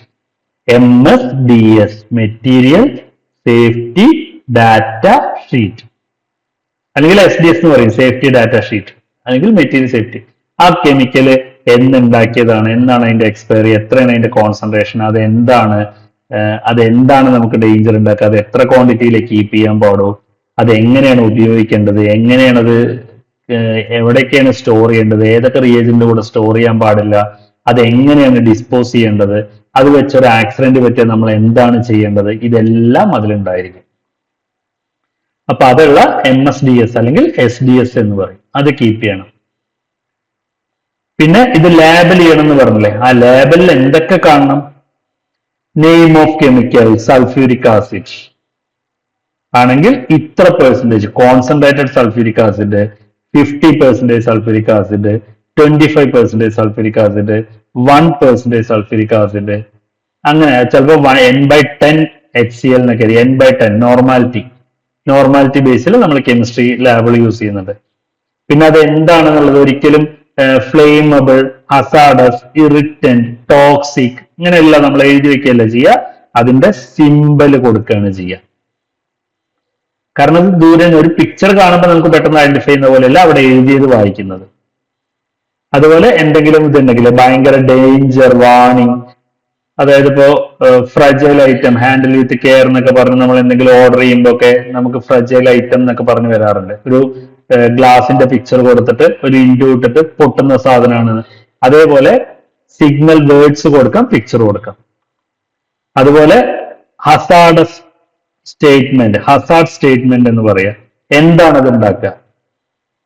Acid ആണെങ്കിൽ പൊള്ളും, ചില കാര്യങ്ങൾ ഇറിറ്റന്റ് ആയിരിക്കും, ചിലത് എക്സ്പ്ലോസീവ് ആയിരിക്കും, അങ്ങനെ ഉള്ള ചിലത് എന്താ പറയുക, ചിലപ്പോ ക്ലോറോഫോം ആണെങ്കിൽ നമുക്ക് സ്മെല്ല് ചെയ്യും, നമ്മൾ അറിയാതെ നമ്മുടെ ബോധം പോകും. ലാബിനകത്ത് സ്മെല്ല് ചെയ്ത് ബോധം പോയി കഴിഞ്ഞാൽ എന്ത് ചെയ്യും, നമ്മൾ വീഴുമ്പോൾ ചിലപ്പോൾ ഹെഡ് ഇഞ്ചുറി പറ്റുകയാണ്. അപ്പൊ ഇതെന്താണെന്നുള്ളത് കൃത്യമായിട്ട് മെൻഷൻ ചെയ്യണം. പിന്നെ പ്രിക്കോഷണറി സ്റ്റേറ്റ്മെന്റ്, ഇതെങ്ങനെ കീപ്പ് ചെയ്യണം? ചില ഫ്ലെയിമബിൾ സാധനങ്ങളാണെങ്കിൽ ചൂട് തട്ടിക്കഴിഞ്ഞാൽ വലിയൊരു എക്സ്പ്ലോഷൻ ഉണ്ടാക്കുന്നതാണ്, അങ്ങനെ മാറ്റി വെക്കണം. ചില രണ്ട് കെമിക്കൽ അടുത്ത് കീപ്പ് ചെയ്യാൻ പാടില്ല. ഇപ്പൊ ഫ്ലെയിമബിൾ ആയിട്ടുള്ള ഓക്സിഡൈസിങ് ആയിട്ടുള്ള കെമിക്കൽസ് അടുത്തടുത്ത് കീപ്പ് ചെയ്യാൻ പാടില്ല. അങ്ങനെ ഒരുപാട് പ്രിക്കോഷൻസ് ഉണ്ട്. ചിലത് ടോക്സിക് ആയിരിക്കും, ചിലത് ഫ്ലെയിമബിൾ ആയിരിക്കും, ചിലത് ഇറിറ്റന്റ് ആയിരിക്കും, ചിലത് ഓക്സിഡൈസിങ് ഏജന്റ് ആയിരിക്കും. അപ്പൊ ഇതൊന്നും പരസ്പരം അടുത്തടുത്ത് കീപ്പ് ചെയ്യാൻ പാടില്ല. അടുത്തടുത്ത് കീപ്പ് ചെയ്താൽ അവിടെ എന്തെങ്കിലും ചെറിയൊരു മിസ്റ്റേക്ക് പറ്റുമ്പോൾ അത് വലുതായിട്ട് വരും. ഇപ്പൊ സിമ്പിൾ ആയിട്ട് എക്സാമ്പിൾ പറയാം, ഒരു വിളക്ക് ചെറുത് കത്തിച്ചു വെച്ചിരിക്കുന്നു. നമ്മൾ എപ്പോഴും ഈ സ്പിരിറ്റും അല്ലെങ്കിൽ എത്തനോൾ എല്ലാം ചെറിയ ക്വാണ്ടിറ്റിയിലായിരിക്കും എടുത്ത് ഉപയോഗിക്കേണ്ടത്. അല്ലാതെ 5 ലിറ്ററിന്റെ ക്യാന് തുറന്നു വെച്ചു, എന്നിട്ട് ഈ വിളക്കും അടുത്ത് കൊണ്ടുവച്ചു. കുറെ കഴിയുമ്പോൾ ഈ സ്പിരിറ്റ് അതിന് ഇവോപ്പറേറ്റ് ചെയ്ത് വരും, ഗ്യാസ് ആയിട്ട് വരും. ഈ ഗ്യാസിലൂടെ തീ പടർന്ന് ഈ ക്യാനിലേക്ക് പിടിച്ച് എക്സ്പ്ലോഷൻ ഉണ്ടാവാം, പൊട്ടിത്തെറിക്കും, വലിയൊരു ശബ്ദത്തിൽ പൊട്ടിത്തെറിക്കും. ചിലപ്പോൾ നമ്മൾ അടുത്തുണ്ടെങ്കിൽ നമുക്ക് പൊള്ളലേൽക്കും. ഇതെല്ലാം ഉണ്ടായിട്ടുള്ളതാണ്. അപ്പൊ അങ്ങനെയുള്ളതൊന്നും ചെയ്യാൻ പാടില്ല. അപ്പൊ അത് keep away from heat, keep away from flammable substances, keep away from oxidising agents, അങ്ങനെയുള്ള എല്ലാം മെൻഷൻ ചെയ്യണം. പിന്നെ കെമിക്കൽ സ്റ്റോർ ചെയ്യേണ്ടത്, ഇത് നമ്മൾ മെൻഷൻ ചെയ്യുന്നു, ലേബൽ ചെയ്യുന്നു. അതിനുശേഷം നമ്മൾ ഇത് എടുത്തു വെക്കുകയാണെങ്കിൽ എന്തൊക്കെ ചെയ്യണം? ഒറിജിനൽ കണ്ടെയ്നറിൽ അതായത് ഓരോ കെമിക്കലും കീപ്പ് ചെയ്യാൻ ഓരോരോ കണ്ടെയ്നേഴ്സ് ഉണ്ട്. നമുക്ക് കെമിക്കൽസ് കീപ്പ് ചെയ്യാൻ കണ്ടെയ്നേഴ്സ് ഉണ്ട്, അതിൽ മാത്രം കീപ്പ് ചെയ്യാം. ആസിഡ് ഒക്കെ ആണെങ്കിൽ നമ്മൾ പ്ലാസ്റ്റിക് കണ്ടെയ്നറിൽ കീപ്പ് ചെയ്യാറുണ്ട്, ഗ്ലാസ് കണ്ടെയ്നറിലും കീപ്പ് ചെയ്യാറുണ്ട്. പക്ഷെ ഈ ഗ്ലാസ് കണ്ടെയ്നറിൽ കീപ്പ് ചെയ്യുന്നത് വെച്ചാൽ അത് പൊട്ടിക്കഴിഞ്ഞാൽ, പ്ലാസ്റ്റിക് ആകുമ്പോൾ പെട്ടെന്ന് പൊട്ടില്ല, കുറച്ച് ക്വാളിറ്റി ഉള്ള പ്ലാസ്റ്റിക് ആണെങ്കിൽ. അല്ലെങ്കിൽ ചിലപ്പോൾ അത് പൊട്ടിക്കഴിഞ്ഞാൽ പിന്നെ ആസിഡ്, ആൽക്കലി ഇങ്ങനെയുള്ള സാധനങ്ങളെല്ലാം ചെറിയ ക്വാണ്ടിറ്റിയിൽ കീപ്പ് ചെയ്യാം. അതേപോലെ ആസിഡും ആൽക്കലി അടുത്തടുത്ത് വെക്കാൻ പാടില്ല, അത് പരസ്പരം റിയാക്ട് ചെയ്യും, ആസിഡും ആൽക്കലി. പിന്നെ കണ്ടില്ലേ, flammable substance oxidising, potassium permanganate oxidising ആണ്, ഫ്ലെയിമബിൾ ആണ്. എത്തനോള്, മെത്തനോള്, അസറ്റോൺ എല്ലാം, ഇതെല്ലാം എടുത്തു വെച്ച് കഴിഞ്ഞാൽ ചിലപ്പോ ഓക്സിഡൈസിങ് പ്രോപ്പർട്ടി. ഒരു തീ കത്തണമെങ്കിൽ നമുക്ക് വേണ്ടത്, തീ കത്താൻ എന്ത് വേണം? കത്തുന്ന ഒരു സാധനം വേണം, പിന്നെ തീ വേണം. മൂന്നാമത്തെ സാധനമാണ് ഓക്സിജൻ, കത്താൻ സഹായിക്കുന്ന ഒരു സാധനം. കത്തുന്ന ഒരു സാധനം വേണം, തീ വേണം, കത്താൻ സഹായിക്കുന്ന ഒരു സാധനം വേണം. ഇപ്പൊ നമ്മൾ തീപ്പെട്ടി ഉരത്തി കഴിഞ്ഞു കഴിഞ്ഞാൽ അത് തീ കത്തുന്നത് എന്തുകൊണ്ടാ? അവിടെ ഒരു ഫ്രിക്ഷൻ വരുമ്പോൾ ഒരു ചെറിയൊരു സ്പാർക്ക് വരുന്നു, അറ്റ്മോസ്ഫിയറുള്ള ഓക്സിജനെ വലിച്ചെടുത്തിട്ട്. നമ്മൾ ഫയർ എക്സ്റ്റിംഗ്വിഷർ ഉപയോഗിക്കുമ്പോൾ എന്താ സംഭവിക്കുന്നത്? ഫയർ എക്സ്റ്റിംഗ്വിഷർ ഉപയോഗിക്കുമ്പോൾ കത്താൻ സഹായിക്കുന്ന മൂന്നാമത്തെ ആള് ഓക്സിജൻ. ഓക്സിജൻ അറ്റ്മോസ്ഫിയറിലുണ്ട്, കത്തുന്ന സാധനം പേപ്പർ അവിടെ ഉണ്ട്. അവിടെ ഇല്ലാത്ത എന്താ? തീ ഇല്ലാത്തതുകൊണ്ടാണ് അവിടെ കത്തിപ്പിടിക്കാത്തത്. തീ കൂടി വന്നാൽ അവിടെ കത്തിപ്പിടിക്കും. കത്താൻ സഹായിക്കുന്ന ഓക്സിജൻ ഉണ്ട്, കത്താനുള്ള പേപ്പർ അവിടെ ഉണ്ട്. എന്നാൽ എന്തുകൊണ്ട് കത്തുന്നില്ല? അവിടെ തീ വരുന്നില്ല. ഇനി തീ വന്ന് അവിടെ കത്തിക്കഴിഞ്ഞാൽ എന്ത് ചെയ്യും? തീ കത്തിക്കൊണ്ടിരിക്കുമ്പോൾ തീ ഇല്ലാതാക്കാൻ നമുക്ക് കഴിയില്ല. പിന്നെ കത്തിക്കൊണ്ടിരിക്കുന്ന ഒരു സാധനം കത്തി തീരാതെ അതിനെ ഇല്ലാതാക്കാൻ നമുക്ക് കഴിയില്ല. അപ്പൊ പിന്നെ എന്ത് ചെയ്യും? ഓക്സിജനെ കൊടുക്കാതിരിക്കുക. അതിനാണ് നമ്മൾ ഫയർ എക്സ്റ്റിംഗ്വിഷർ. വെള്ളം അല്ലെങ്കിൽ വെള്ളം അടിക്കുമ്പോൾ എന്താ വരുന്നത്? വെള്ളം അടിക്കുമ്പോൾ തീ കത്താൻ ഒരു ടെമ്പറേച്ചർ വേണം. ആ ടെമ്പറേച്ചർ ഇല്ലാതെയൊക്കെയാണ് വെള്ളം ചെയ്യുന്നത്. ഈ ഫയർ എഞ്ചിൻ ഇവരെല്ലാം വന്ന് തീ പിടിക്കുമ്പോൾ വെള്ളം ചീറ്റുന്നത് എന്തിനാ? ഒരു ടെമ്പറേച്ചർ വന്നാലേ, അതായത് കുറെ ഫാക്ടേഴ്സ് ഉണ്ട്. കത്താനുള്ള ഒരു സാധനം, കത്താൻ സഹായിക്കുന്ന ഒരു സാധനം, അവിടെ ഒരു ടെമ്പറേച്ചർ, ആ തീ ഉണ്ടായാലും പോരാ. നമ്മളിപ്പോ ഒരു കമ്പിത്തിരി കത്തിക്കുമ്പോൾ, എന്തുകൊണ്ട് കമ്പിത്തിരി വിളക്കെന്ന് കത്തിക്കുമ്പോൾ കുറെ നേരം കത്താൻ എടുക്കുന്നു, പക്ഷെ ഒരു കമ്പിത്തിരി കത്തിക്കൊണ്ടിരിക്കുന്ന അതിൽ വേറൊരു കമ്പിത്തിരി വെക്കുമ്പോൾ പെട്ടെന്ന് കത്തുന്നത് എന്തുകൊണ്ടാ? നിങ്ങൾ വിഷുവിന് പടക്കം പൊട്ടിക്കുവാണെന്നല്ലേ, ഇതിന്റെ ഡിഫറൻസ് എന്താ? അവിടുത്തെ ടെമ്പറേച്ചർ ഡിഫറൻസ് ആണ്. ആ കത്തുന്ന തീരെ ടെമ്പറേച്ചർ അല്ല, കത്തിക്കൊണ്ടിരിക്കുന്ന കമ്പിത്തിരിക്ക് അതിന് നല്ല ചൂടാണ്. അപ്പൊ അതുകൊണ്ട് പെട്ടെന്ന് കത്തുന്നു ആ മരുന്ന്. അപ്പൊ വെള്ളം അടിക്കുമ്പോഴും അവിടെ ഓക്സിജൻ, അവിടുത്തെ ടെമ്പറേച്ചർ ഇല്ലാതെയാക്കുന്നു വെള്ളം അടിക്കുമ്പോൾ. ഇനി ഡ്രൈ പൗഡർ, ഫയർ എക്സ്റ്റിംഗ്വിഷർ അടിക്കുമ്പോഴോ അവിടുത്തെ ഓക്സിജനെ ഇല്ലാതെയാക്കുന്നു. ഗ്യാസ് സിലിണ്ടർ കത്തിക്കൊണ്ടിരിക്കുമ്പോൾ നനഞ്ഞ ചാക്കോ തുണിയോ വെച്ചിട്ട് അതിനെ പൊതിയാൻ പറയണേ എന്തിനാ? നനഞ്ഞ തുണി വെച്ച് കഴിയുമ്പോൾ അത് ചാക്ക് വെച്ച് കവർ ചെയ്യുമ്പോൾ ചുറ്റുമുള്ള ഓക്സിജൻ വരുന്നില്ല, കത്താൻ തീ ഓക്സിജൻ ഇല്ലാതെയാവുന്നു. അവിടെ അപ്പൊ ഗ്യാസ് ഉണ്ടായിട്ടും തീ ഉണ്ടായിട്ടും കാര്യമില്ല, ഓക്സിജൻ വേണം. അപ്പൊ അങ്ങനെയാണ് നമ്മൾ തീ കെടുത്തുന്നത്. ഫയർ എക്സ്റ്റിംഗ്വിഷർ എല്ലാം വർക്ക് ചെയ്യുന്ന പല പ്രിൻസിപ്പിൾ വെച്ചിട്ടാണ്. അപ്പൊ ഈ ഫ്ലെയിമബിൾ ആയതും ഓക്സിഡൈസിങ് ആയതും അടുത്തടുത്ത് വെക്കരുത്. പിന്നെ ആൽക്കഹോളും ഇതൊക്കെ ആകുമ്പോൾ ഫ്ലെയിമബിൾ ക്യാബിനറ്റ്സ് ഉണ്ട്. തീ ഉള്ളിൽ തീ പിടിച്ചാലും പുറത്തോട്ട് തീ പടരാതിരിക്കണമെങ്കിൽ എന്ത് ചെയ്യണം? ഹീറ്റ് റെസിസ്റ്റന്റ് ആയിട്ടുള്ള ഭിത്തികളുള്ള ഇതുപോലെ ചെറിയൊരു ക്യാബിനറ്റിനകത്ത് തീ പിടിച്ചു, അത് പുറത്തോട്ട് പകരുന്നില്ല. പക്ഷെ മരത്തിന്റെ ആണെങ്കിലോ അത് കത്തിപ്പിടിച്ച് അതും കത്തും, പുറത്തോട്ട് പകരും. പക്ഷെ കത്താത്തൊരു സാധനമാണെങ്കിലോ അതിനുള്ളിൽ തീ നിൽക്കും. അതുപോലെ വോളറ്റൈലായ സാധനങ്ങൾ, അതായത് ഇവാപ്പറേറ്റ് ചെയ്യുന്ന സാധനങ്ങൾ, ചൂട് കൂടുന്തോറും ഇപ്പൊ വെള്ളം ചൂടാക്കുമ്പോഴല്ല നീരാവിയായിട്ട് പോകുന്നത്. അതേപോലെ നമ്മൾ ഇപ്പൊ ആസിഡ് അല്ലെങ്കിൽ സ്പിരിറ്റ് എല്ലാം തുറന്നു വെച്ച് കഴിഞ്ഞാൽ അത് ഇവാപ്പറേറ്റ് ചെയ്ത് ഇങ്ങനെ പോയിക്കൊണ്ടിരിക്കും. അതാണ് വോളറ്റൈൽ കെമിക്കൽസ്. അത് വെൽ വെന്റിലേറ്റഡ് ഏരിയയിൽ വെച്ചിട്ടുണ്ട്. കൂളാവുമ്പോൾ തണുത്ത ഏരിയയിൽ ആ വോളറ്റാലിറ്റി അല്ലെങ്കിൽ അത് ഇവാപ്പറേറ്റ് ചെയ്യുന്നത് കുറയും. പിന്നെ വെൽ വെന്റിലേറ്റഡ് ഏരിയ എന്ന് പറഞ്ഞാൽ എയർ സർക്കുലേഷൻ നന്നായിട്ടുള്ള ഏരിയയിൽ ഇത് ഉണ്ടാവുന്നതിനനുസരിച്ച് ഇത് സ്പ്രെഡ് ആയി പോവുകയാണെങ്കിൽ അവിടെ ഒരു വലിയൊരു എക്സ്പ്ലോഷൻ അതില്ല, ചാൻസ് ഇല്ല. അതുകൊണ്ടാണ് വെന്റിലേഷൻ വേണം എന്ന് പറയുന്നത്. പിന്നെ ഷെൽഫുകളും ക്യാബിനറ്റ്സുകളും, നമ്മളിപ്പോ ലാബിൽ ഒരു റിയേജന്റ് കീപ്പ് ചെയ്യണമെങ്കിൽ നമ്മളത് ഷെൽഫുകളിൽ വെക്കും, അലമാരുടെ ഉള്ളിൽ വെക്കും, അതേപോലെ താഴത്തെ തട്ടിൽ വെക്കുക. ആസിഡ്, ആൽക്കലി ഇതൊക്കെ താഴത്തെ ഗ്രൗണ്ട് ലെവലിൽ വെക്കണം. അല്ലാതെ മേലെ വെക്കരുത്. മേലെ വെക്കുമ്പോൾ അത് വീണിട്ട് പൊട്ടിയിട്ടും ഒരു ആക്സിഡന്റിന് ചാൻസ് ഉണ്ട്. അപ്പൊ ഗ്രൗണ്ട് ലെവലിൽ വെക്കണം, ചെറിയ ക്വാണ്ടിറ്റിയിൽ വെക്കണം. ആസിഡ്, ആൽക്കലികൾ അടുത്ത് വെക്കാൻ പാടില്ല. ഫ്ലേമബിളും ഓക്സിഡൈസിങ് ഏജന്റ്സ് അടുത്തടുത്ത് വെക്കാൻ പാടില്ല. കാരണം ഒരു ആക്സിഡന്റ് ഉണ്ടായാൽ ആ ആക്സിഡന്റിനെ യൂട്ടിലൈസ് ചെയ്ത് അടുത്ത വലിയൊരു ആക്സിഡന്റ് ഉണ്ടാക്കാനുള്ള സാധനം അവിടെ ഉണ്ടാവാൻ പാടില്ല. അത്രയാണ് ഇതിൽ പറയുന്ന പ്രിക്കോഷൻസ് ആയിട്ട് പറയുന്നുള്ളൂ.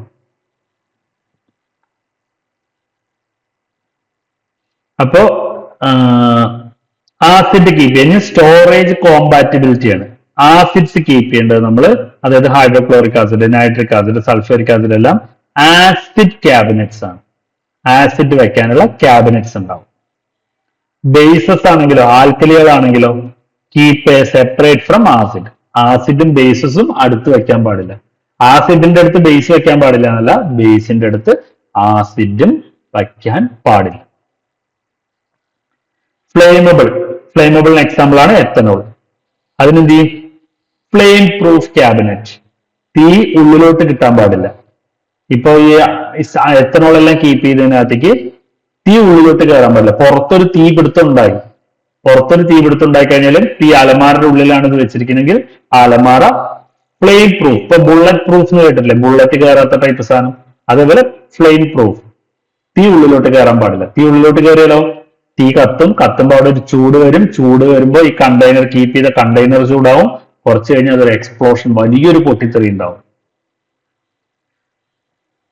അപ്പൊ അത് ഉണ്ടാവാതിരിക്കാം. പിന്നെ ഓക്സിഡൈസിങ് ഏജന്റ്സ് ആണ് KMnO4, പൊട്ടാസ്യം പെർമാംഗനേറ്റ്. അപ്പൊ അത് ഓർഗാനിക്കും അതുപോലെ മെറ്റൽസ് എന്നെല്ലാം ഓക്സിഡൈസിങ് ഏജന്റ് എന്ന് പറഞ്ഞു കഴിഞ്ഞാൽ ഓക്സിഡേഷൻ നടക്കും. അപ്പൊ അവിടെ മെറ്റൽസ് ഒന്നും വെക്കാൻ പാടില്ല. മെറ്റൽസ് വെച്ചാൽ ഓക്സിഡേഷൻ വന്നു കഴിഞ്ഞാൽ റസ്റ്റിംഗ്, തുരുമ്പ് പിടിക്കും. പിന്നെ ഈ ടോക്സിക് ഏജന്റ്സ് ആണ് സയനൈഡ്സ്, ഫീനോൾസ് എല്ലാം.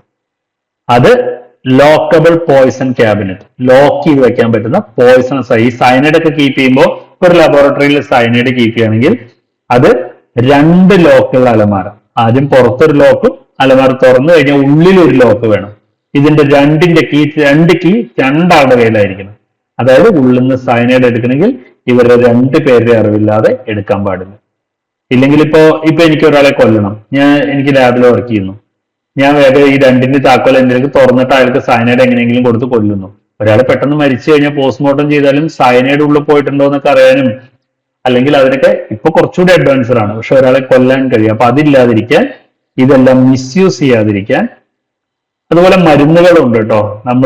നമുക്ക് സാധാരണ മെഡിക്കൽ ഷോപ്പിലുള്ള മരുന്നുകൾ പോലും, ചില മരുന്നുകൾ ചികിത്സയ്ക്ക് ഉപയോഗിക്കാൻ പറ്റുമെങ്കിൽ പോലും ചില മരുന്നുകൾക്ക് നമുക്ക് എന്താ പറയാ, ഈ നമ്മളിപ്പോ ആൽക്കഹോൾ യൂസ് ചെയ്യുന്നതോ അങ്ങനെ, അല്ലെങ്കിൽ നമ്മൾ കഞ്ചാവ് യൂസ് ചെയ്യുക, ആ ഒരു എഫക്റ്റ് തരാൻ കഴിയുന്ന മരുന്നുകളുണ്ട്.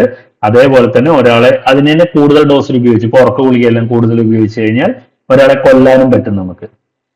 അപ്പൊ അതെല്ലാം നമുക്ക് അങ്ങനെയൊന്നും വരാതിരിക്കാൻ ഇങ്ങനത്തെ സാധനങ്ങളെല്ലാം ഡബിൾ ലോക്ക് ആയിരിക്കും. 2 പേര് വിചാരിച്ചാലേ അതിന് ആ സാധനം എടുക്കാൻ പറ്റും. അങ്ങനെയുള്ള സെറ്റപ്പും വേണം.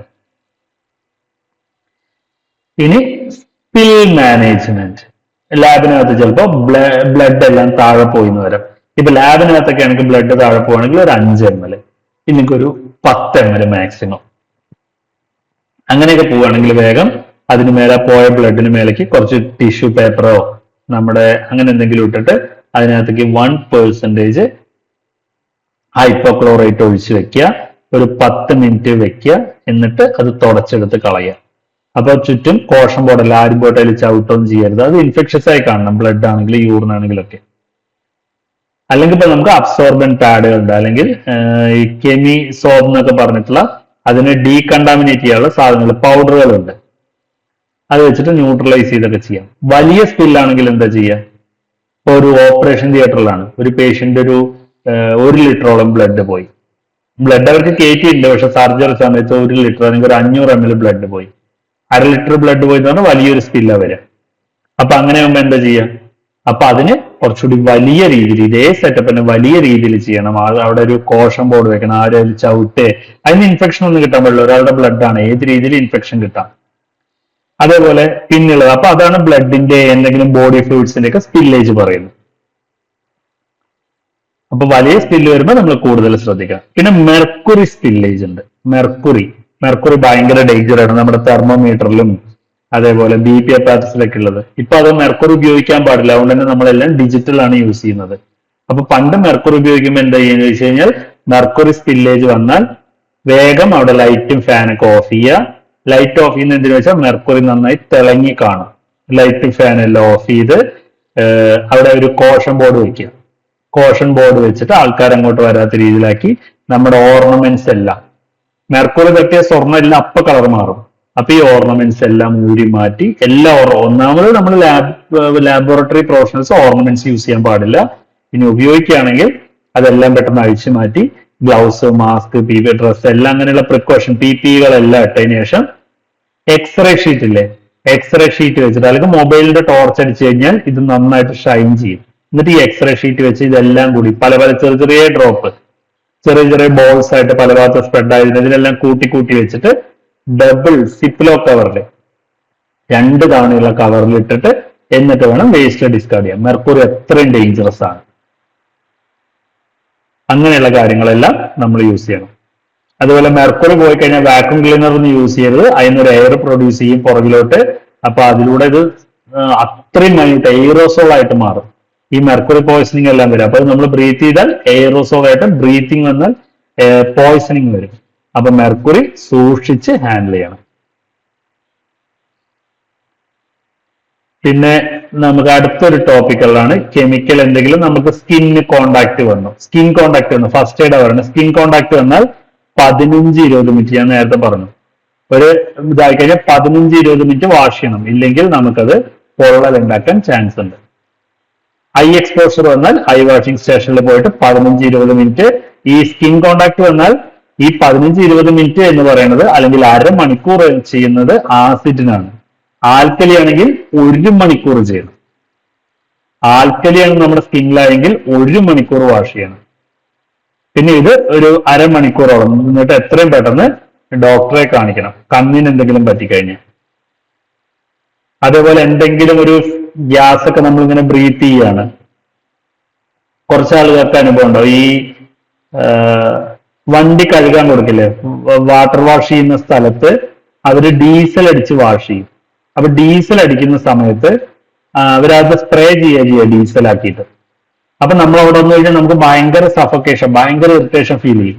കാരണം അത് എയറോസോൾസ് എന്ന് പറഞ്ഞാൽ എന്താ, സ്പ്രേ ഒക്കെ വരുന്ന പോലെ സ്പ്രേ ചെയ്തിട്ട് എയറിലുള്ള ചെറിയ ചെറിയ ഡ്രോപ്ലെറ്റ്സ് ആയിട്ട് നമുക്ക് ബ്രീത്ത് ചെയ്യാൻ പറ്റില്ല. നമ്മൾ ചുമച്ചുകൊണ്ടേയിരിക്കും, നമ്മൾ അവിടെ നിന്ന് പെട്ടെന്ന് ഓടിപ്പോവും. അത് അങ്ങനെ ഒന്ന് അടിച്ചു കഴിഞ്ഞാൽ ഒരാളെ കൊല്ലാൻ വരാതെ മതി, ബ്രീത്ത് ചെയ്യാൻ പറ്റില്ല.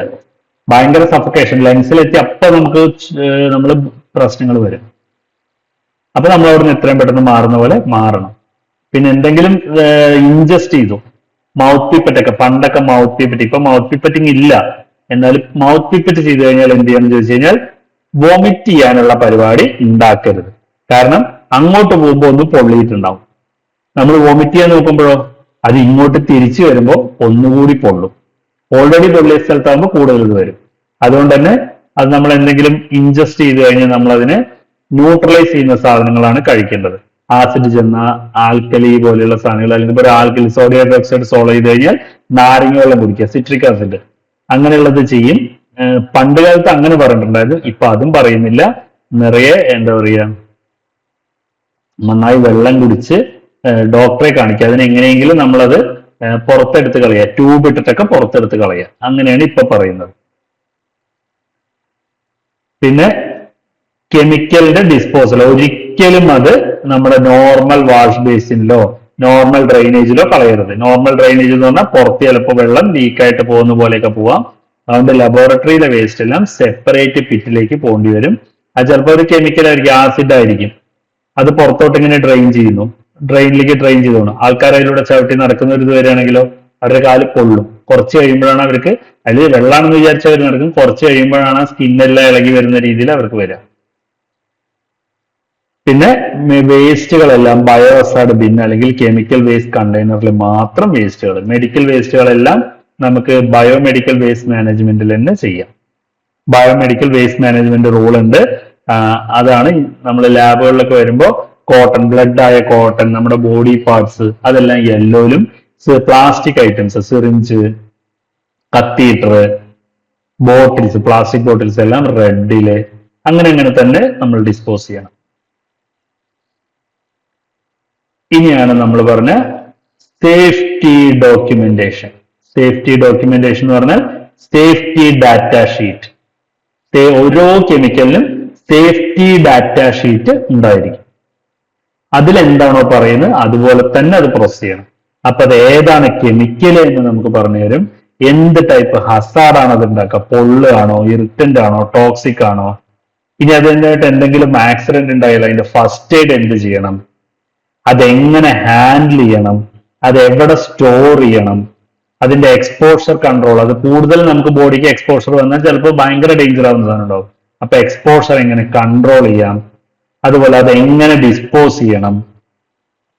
ഇപ്പൊ മെർക്കുറി ഡിസ്പോസ് ചെയ്യുന്ന കാര്യം ഞാൻ പറഞ്ഞില്ലേ, അത് മെഡിക്കൽ വേസ്റ്റ് ആയിട്ട്, ബയോ മെഡിക്കൽ വേസ്റ്റ് ആയിട്ടുള്ള രീതിയിലാണ് മെർക്കുറി ഡിസ്പോസ് ചെയ്യേണ്ടത്. അപ്പൊ അങ്ങനെയുള്ള പ്രിക്കോഷൻ എല്ലാം എടുക്കണം. അപ്പൊ ഈ സേഫ്റ്റി ഡാറ്റ ഷീറ്റിൽ ഇതെല്ലാം, ഇതെങ്ങനെ ഹാൻഡിൽ ചെയ്യണം, എന്ത് കെമിക്കലാണ്, എത്ര കോൺസെൻട്രേഷൻ ഉണ്ട്, എവിടെ സ്റ്റോർ ചെയ്യണം, എങ്ങനെ യൂസ് ചെയ്യണം, എന്തൊക്കെ പ്രിക്കോഷൻ എടുക്കണം, ഏതൊക്കെ കെമിക്കൽ മിക്സപ്പ് വരാൻ പാടില്ല, ഏതൊക്കെ കെമിക്കലിന്റെ കൂടെ കീപ്പ് ചെയ്യാൻ പാടില്ല, എങ്ങനെ സ്റ്റോർ ചെയ്യണം, എല്ലാം അതിൽ മെൻഷൻ ചെയ്തിട്ട് ഉണ്ടായിരിക്കണം. അതാണ് സേഫ്റ്റി ഡാറ്റ ഷീറ്റ്. സോ ഇത്ര നേരം പറഞ്ഞ കാര്യങ്ങൾ നമ്മൾ ഒന്ന് പറയാം. അപ്പൊ കെമിക്കൽ കണ്ടാൽ എപ്പോഴും അതിന്റെ ലേബൽ വായിച്ചു നോക്കിയതിന് മാത്രം അത് എന്ത് കെമിക്കലാണെന്ന് തിരിച്ചറിഞ്ഞ് അത് എങ്ങനെ ഹാൻഡിൽ ചെയ്യണം എന്നുള്ള കാര്യം നമ്മൾ ഓട്ടോമാറ്റിക് അറിഞ്ഞിരിക്കണം. അല്ലാതെ എപ്പോഴും അത് വായിച്ചിട്ടല്ല. ആസിഡ് ആണെങ്കിൽ എങ്ങനെ ഹാൻഡിൽ ചെയ്യണം എന്നല്ല, പിന്നെ ഇതെല്ലാം എങ്ങനെ സ്റ്റോർ ചെയ്യണം, എങ്ങനെ ഹാൻഡിൽ ചെയ്യണം, PP എന്തൊക്കെ ധരിക്കണം ഓരോ കെമിക്കൽ ഹാൻഡിൽ ചെയ്യുമ്പോൾ അത് നോക്കണം. പിന്നെ ഹസാർഡ് സിംബൽസ് എന്താണ്, വാർണിംഗ് സൈൻ എന്താണ്, റെഡ് കൊടുത്താൽ എന്താണ്, യെല്ലോ കളർ കോഡ് പറഞ്ഞില്ലേ, അതെല്ലാം ശ്രദ്ധിച്ച് നമ്മൾ ഇത് ഉപയോഗിക്കാൻ പാടും. അതേപോലെ ഒരു തീപിടുത്തം ഉണ്ടായാലും എന്ത് ചെയ്യണം, സ്പില്ല് ഉണ്ടായാലും എന്ത് ചെയ്യണം, കണ്ണിന് ഇഞ്ചുറി ഉണ്ടായാൽ എന്ത് ചെയ്യണം, അതുപോലെ ഐ വാഷിംഗ് സ്റ്റേഷൻ എവിടെയാണ്, സേഫ്റ്റി ഷവർ എവിടെയാണ്, ഫസ്റ്റ് എയ്ഡ് കിറ്റ് എവിടെയാണ്, ഇതെല്ലാം നമ്മൾ ലാബിനകത്ത് അറിഞ്ഞിരിക്കണം. എവിടെയാണെന്ന് അറിഞ്ഞിരുന്നിട്ട് മാത്രമാണ് നമ്മൾ ചെയ്യേണ്ടത്. എന്നിട്ട് വേണം ഇത് ഹാൻഡിൽ ചെയ്യേണ്ടത്. അപ്പൊ നമ്മൾ ഈ ടോപ്പിക് പഠിച്ചു കഴിഞ്ഞു. ഒരു 2 ക്വസ്റ്റ്യൻ ഇതെന്താണെന്നുള്ളത് നിങ്ങൾ ഈ ക്ലാസ് കണ്ടുകൊണ്ടിരിക്കുമ്പോൾ നിങ്ങൾക്ക് ആൻസർ ചെയ്യാൻ പറ്റുന്നുണ്ടോ എന്ന് നോക്കാം. Carcinogenic chemical, cancer producing chemical ആണെങ്കിൽ എന്ത് സിമ്പലാണ് തരിക എന്നാണ് ചോദിക്കുന്നത്. ക്യാൻസർ പ്രൊഡ്യൂസ് ചെയ്യുന്ന കെമിക്കൽ ആണെങ്കിൽ എന്ത് സിമ്പലാണ് തരാണ്. ഫ്ലെയിം ആണെങ്കിൽ എന്താണ് തരിക, തീയുടെ ചിഹ്നമാണ് തരിക. ഹെൽത്ത് ഹസാർഡ്, ശരീരത്തിന് ഹ്യൂമണിന് ഡേഞ്ചർ ആവുന്ന സാധനങ്ങൾ. കൊറോസീവ് സാധനങ്ങൾ, എക്സ്പ്ലോസീവ്, ബോംബിന്റെ ചിത്രം വരും. അങ്ങനെയൊക്കെയാണ് കൊറോസീവ്, അല്ലെങ്കിൽ സ്കിൻ കോണ്ടാക്ട് വരുമ്പോൾ കൊറോസീവ് എല്ലാം വരും. അപ്പൊ ഇതിൽ ഏതായിരിക്കും ആൻസർ? കാർസിനോജനിക്, ക്യാൻസർ ഉണ്ടാക്കുന്നത്, മ്യൂട്ടേഷൻ ഉണ്ടാക്കുന്നത് ഹെൽത്ത് ഹസാർഡ് അല്ലേ, നമുക്ക് മ്യൂട്ടേഷൻ ഉണ്ടാക്കിയിട്ട്. അതുകൊണ്ട് അത് ഹെൽത്ത് ഹസാർഡ് ആയിട്ടാണ് വരിക. ഇനി അടുത്തൊരു question, where should concentrated acid to be stored? Concentrated acid, ഇപ്പൊ കോൺസെൻട്രേറ്റഡ് സൾഫ്യൂരിക് ആസിഡ് ഫ്രിഡ്ജിൽ കീപ്പ് ചെയ്യാൻ പറയുന്നുണ്ടോ? നമ്മുടെ ബോഡി ഫ്ലൂയിഡ്സ് കാര്യങ്ങളൊക്കെയാണ് ഫ്രിഡ്ജിൽ കീപ്പ് ചെയ്യേണ്ടത്. ഏതെങ്കിലും സോൾവെന്റിൽ കീപ്പ് ചെയ്യേണ്ടതൊക്കെ എന്താണ്? ഇപ്പൊ പിക്രിക് ആസിഡ് എല്ലാം ഡ്രൈ ആയിട്ട് കീപ്പ് ചെയ്യാറില്ല, അതൊരു വെള്ളത്തിനടിയിൽ, മണ്ണെണ്ണ അങ്ങനെയൊക്കെയാണ് കീപ്പ് ചെയ്യുന്നത്. ഓപ്പൺ ബെഞ്ചിലൊന്നും ആസിഡ് വെക്കാൻ പാടില്ല. ആസിഡ് റെസിസ്റ്റന്റ് ക്യാബിനറ്റ്, ആസിഡ് എവിടെ സ്റ്റോർ ചെയ്യുന്നു? Acid resistant cabinet. അത് തന്നെയല്ല ആൻസർ, അത് തന്നെയാണ് ആൻസർ. അപ്പോ അങ്ങനെയായിരിക്കണം അത് സ്റ്റോർ ചെയ്യേണ്ടത്. അപ്പോ ലാബ് സേഫ്റ്റി എന്ന് പറയുന്ന കെമിക്കലിനെ കുറിച്ച് അറിഞ്ഞിരിക്കുന്നതും ലാബിന്റെ എല്ലാ കാര്യങ്ങളും എത്രത്തോളം അത് നമ്മൾ ലാബ് സേഫ്റ്റി നമ്മൾ ഓരോരുത്തരും റെസ്പോൺസിബിൾ ആണ്. നമ്മുടെ ഒരു മിസ്റ്റേക്ക് കൊണ്ട് നമ്മുടെ കൂടെ വർക്ക് ചെയ്യുന്ന ഒരാൾക്ക് ഒരു ഡേഞ്ചർ, ഒരു പ്രശ്നവും ഒരിക്കലും ഉണ്ടാവാൻ പാടില്ല. നമ്മൾ ശ്രദ്ധിക്കാതെ ഒരു നീഡിൽ എവിടെയെങ്കിലും ഇട്ടിട്ട്, ഒരാളുടെ ബ്ലഡ് എടുത്ത നീഡിൽ ഇട്ടിട്ട് പോയി, ബുക്കിനടിയിലോ അല്ലെങ്കിൽ രജിസ്റ്ററിനടിയിലോ ഇട്ടിട്ട് പോയി, അടുത്ത ആളെ രജിസ്റ്റർ വന്ന് എടുക്കുമ്പോൾ അവരുടെ കയ്യിൽ കുത്താൻ പാടില്ല. അപ്പൊ നമ്മുടെ സേഫ്റ്റി നോക്കണം. നമ്മുടെ അറിവില്ലായ്മയും നമ്മുടെ ശ്രദ്ധക്കുറവുകൊണ്ടും മറ്റൊരാൾക്കും ഇഞ്ചുറി ഉണ്ടാവാൻ പാടില്ല. എല്ലാ സിമ്പലിനെ കുറിച്ച് അറിഞ്ഞിരിക്കണം. ഒരു സിമ്പൽ കണ്ടാൽ അറിയണം അത് ഇന്ന പ്രശ്നമാണ്, അത് എക്സ്പ്ലോസീവ് ആണ്, അത് കൊറോസീവ് ആണ്, അത് ഇറിറ്റന്റ് ആണ്, അത് ഫ്ലെയിമബിൾ ആണ് തിരിച്ചറിയണം. എന്നിട്ട് അതിന്റെ സ്റ്റോറേജ് വെക്കുകയാണെങ്കിൽ നമുക്ക് ആക്സിഡന്റ് കുറയ്ക്കാൻ പറ്റും. ഇതെല്ലാം ചെയ്യുന്ന എന്തിനാണ്? GLP എന്ന് പറയും, ഗുഡ് ലബോറട്ടറി പ്രാക്ടീസ്. അത് നമ്മളെല്ലാം നമ്മുടെ ഒരു എത്തിക്സ് ആണ് ലബോറട്ടറിയിൽ വർക്ക് ചെയ്യുന്നവരുടെ. ഇതെല്ലാം ഹാൻഡിൽ ചെയ്യണം. അങ്ങനെയാണ് ഗുഡ് ലബോറട്ടറി. ഓരോന്നും കൃത്യസ്ഥലത്ത് സ്റ്റോർ ചെയ്യുക, കൃത്യമായി ലേബൽ ചെയ്യുക, അതിന്റെ material safety data sheet keep ചെയ്യുക, അത് പ്രോപ്പർ ഡിസ്കാർഡ് ചെയ്യുക.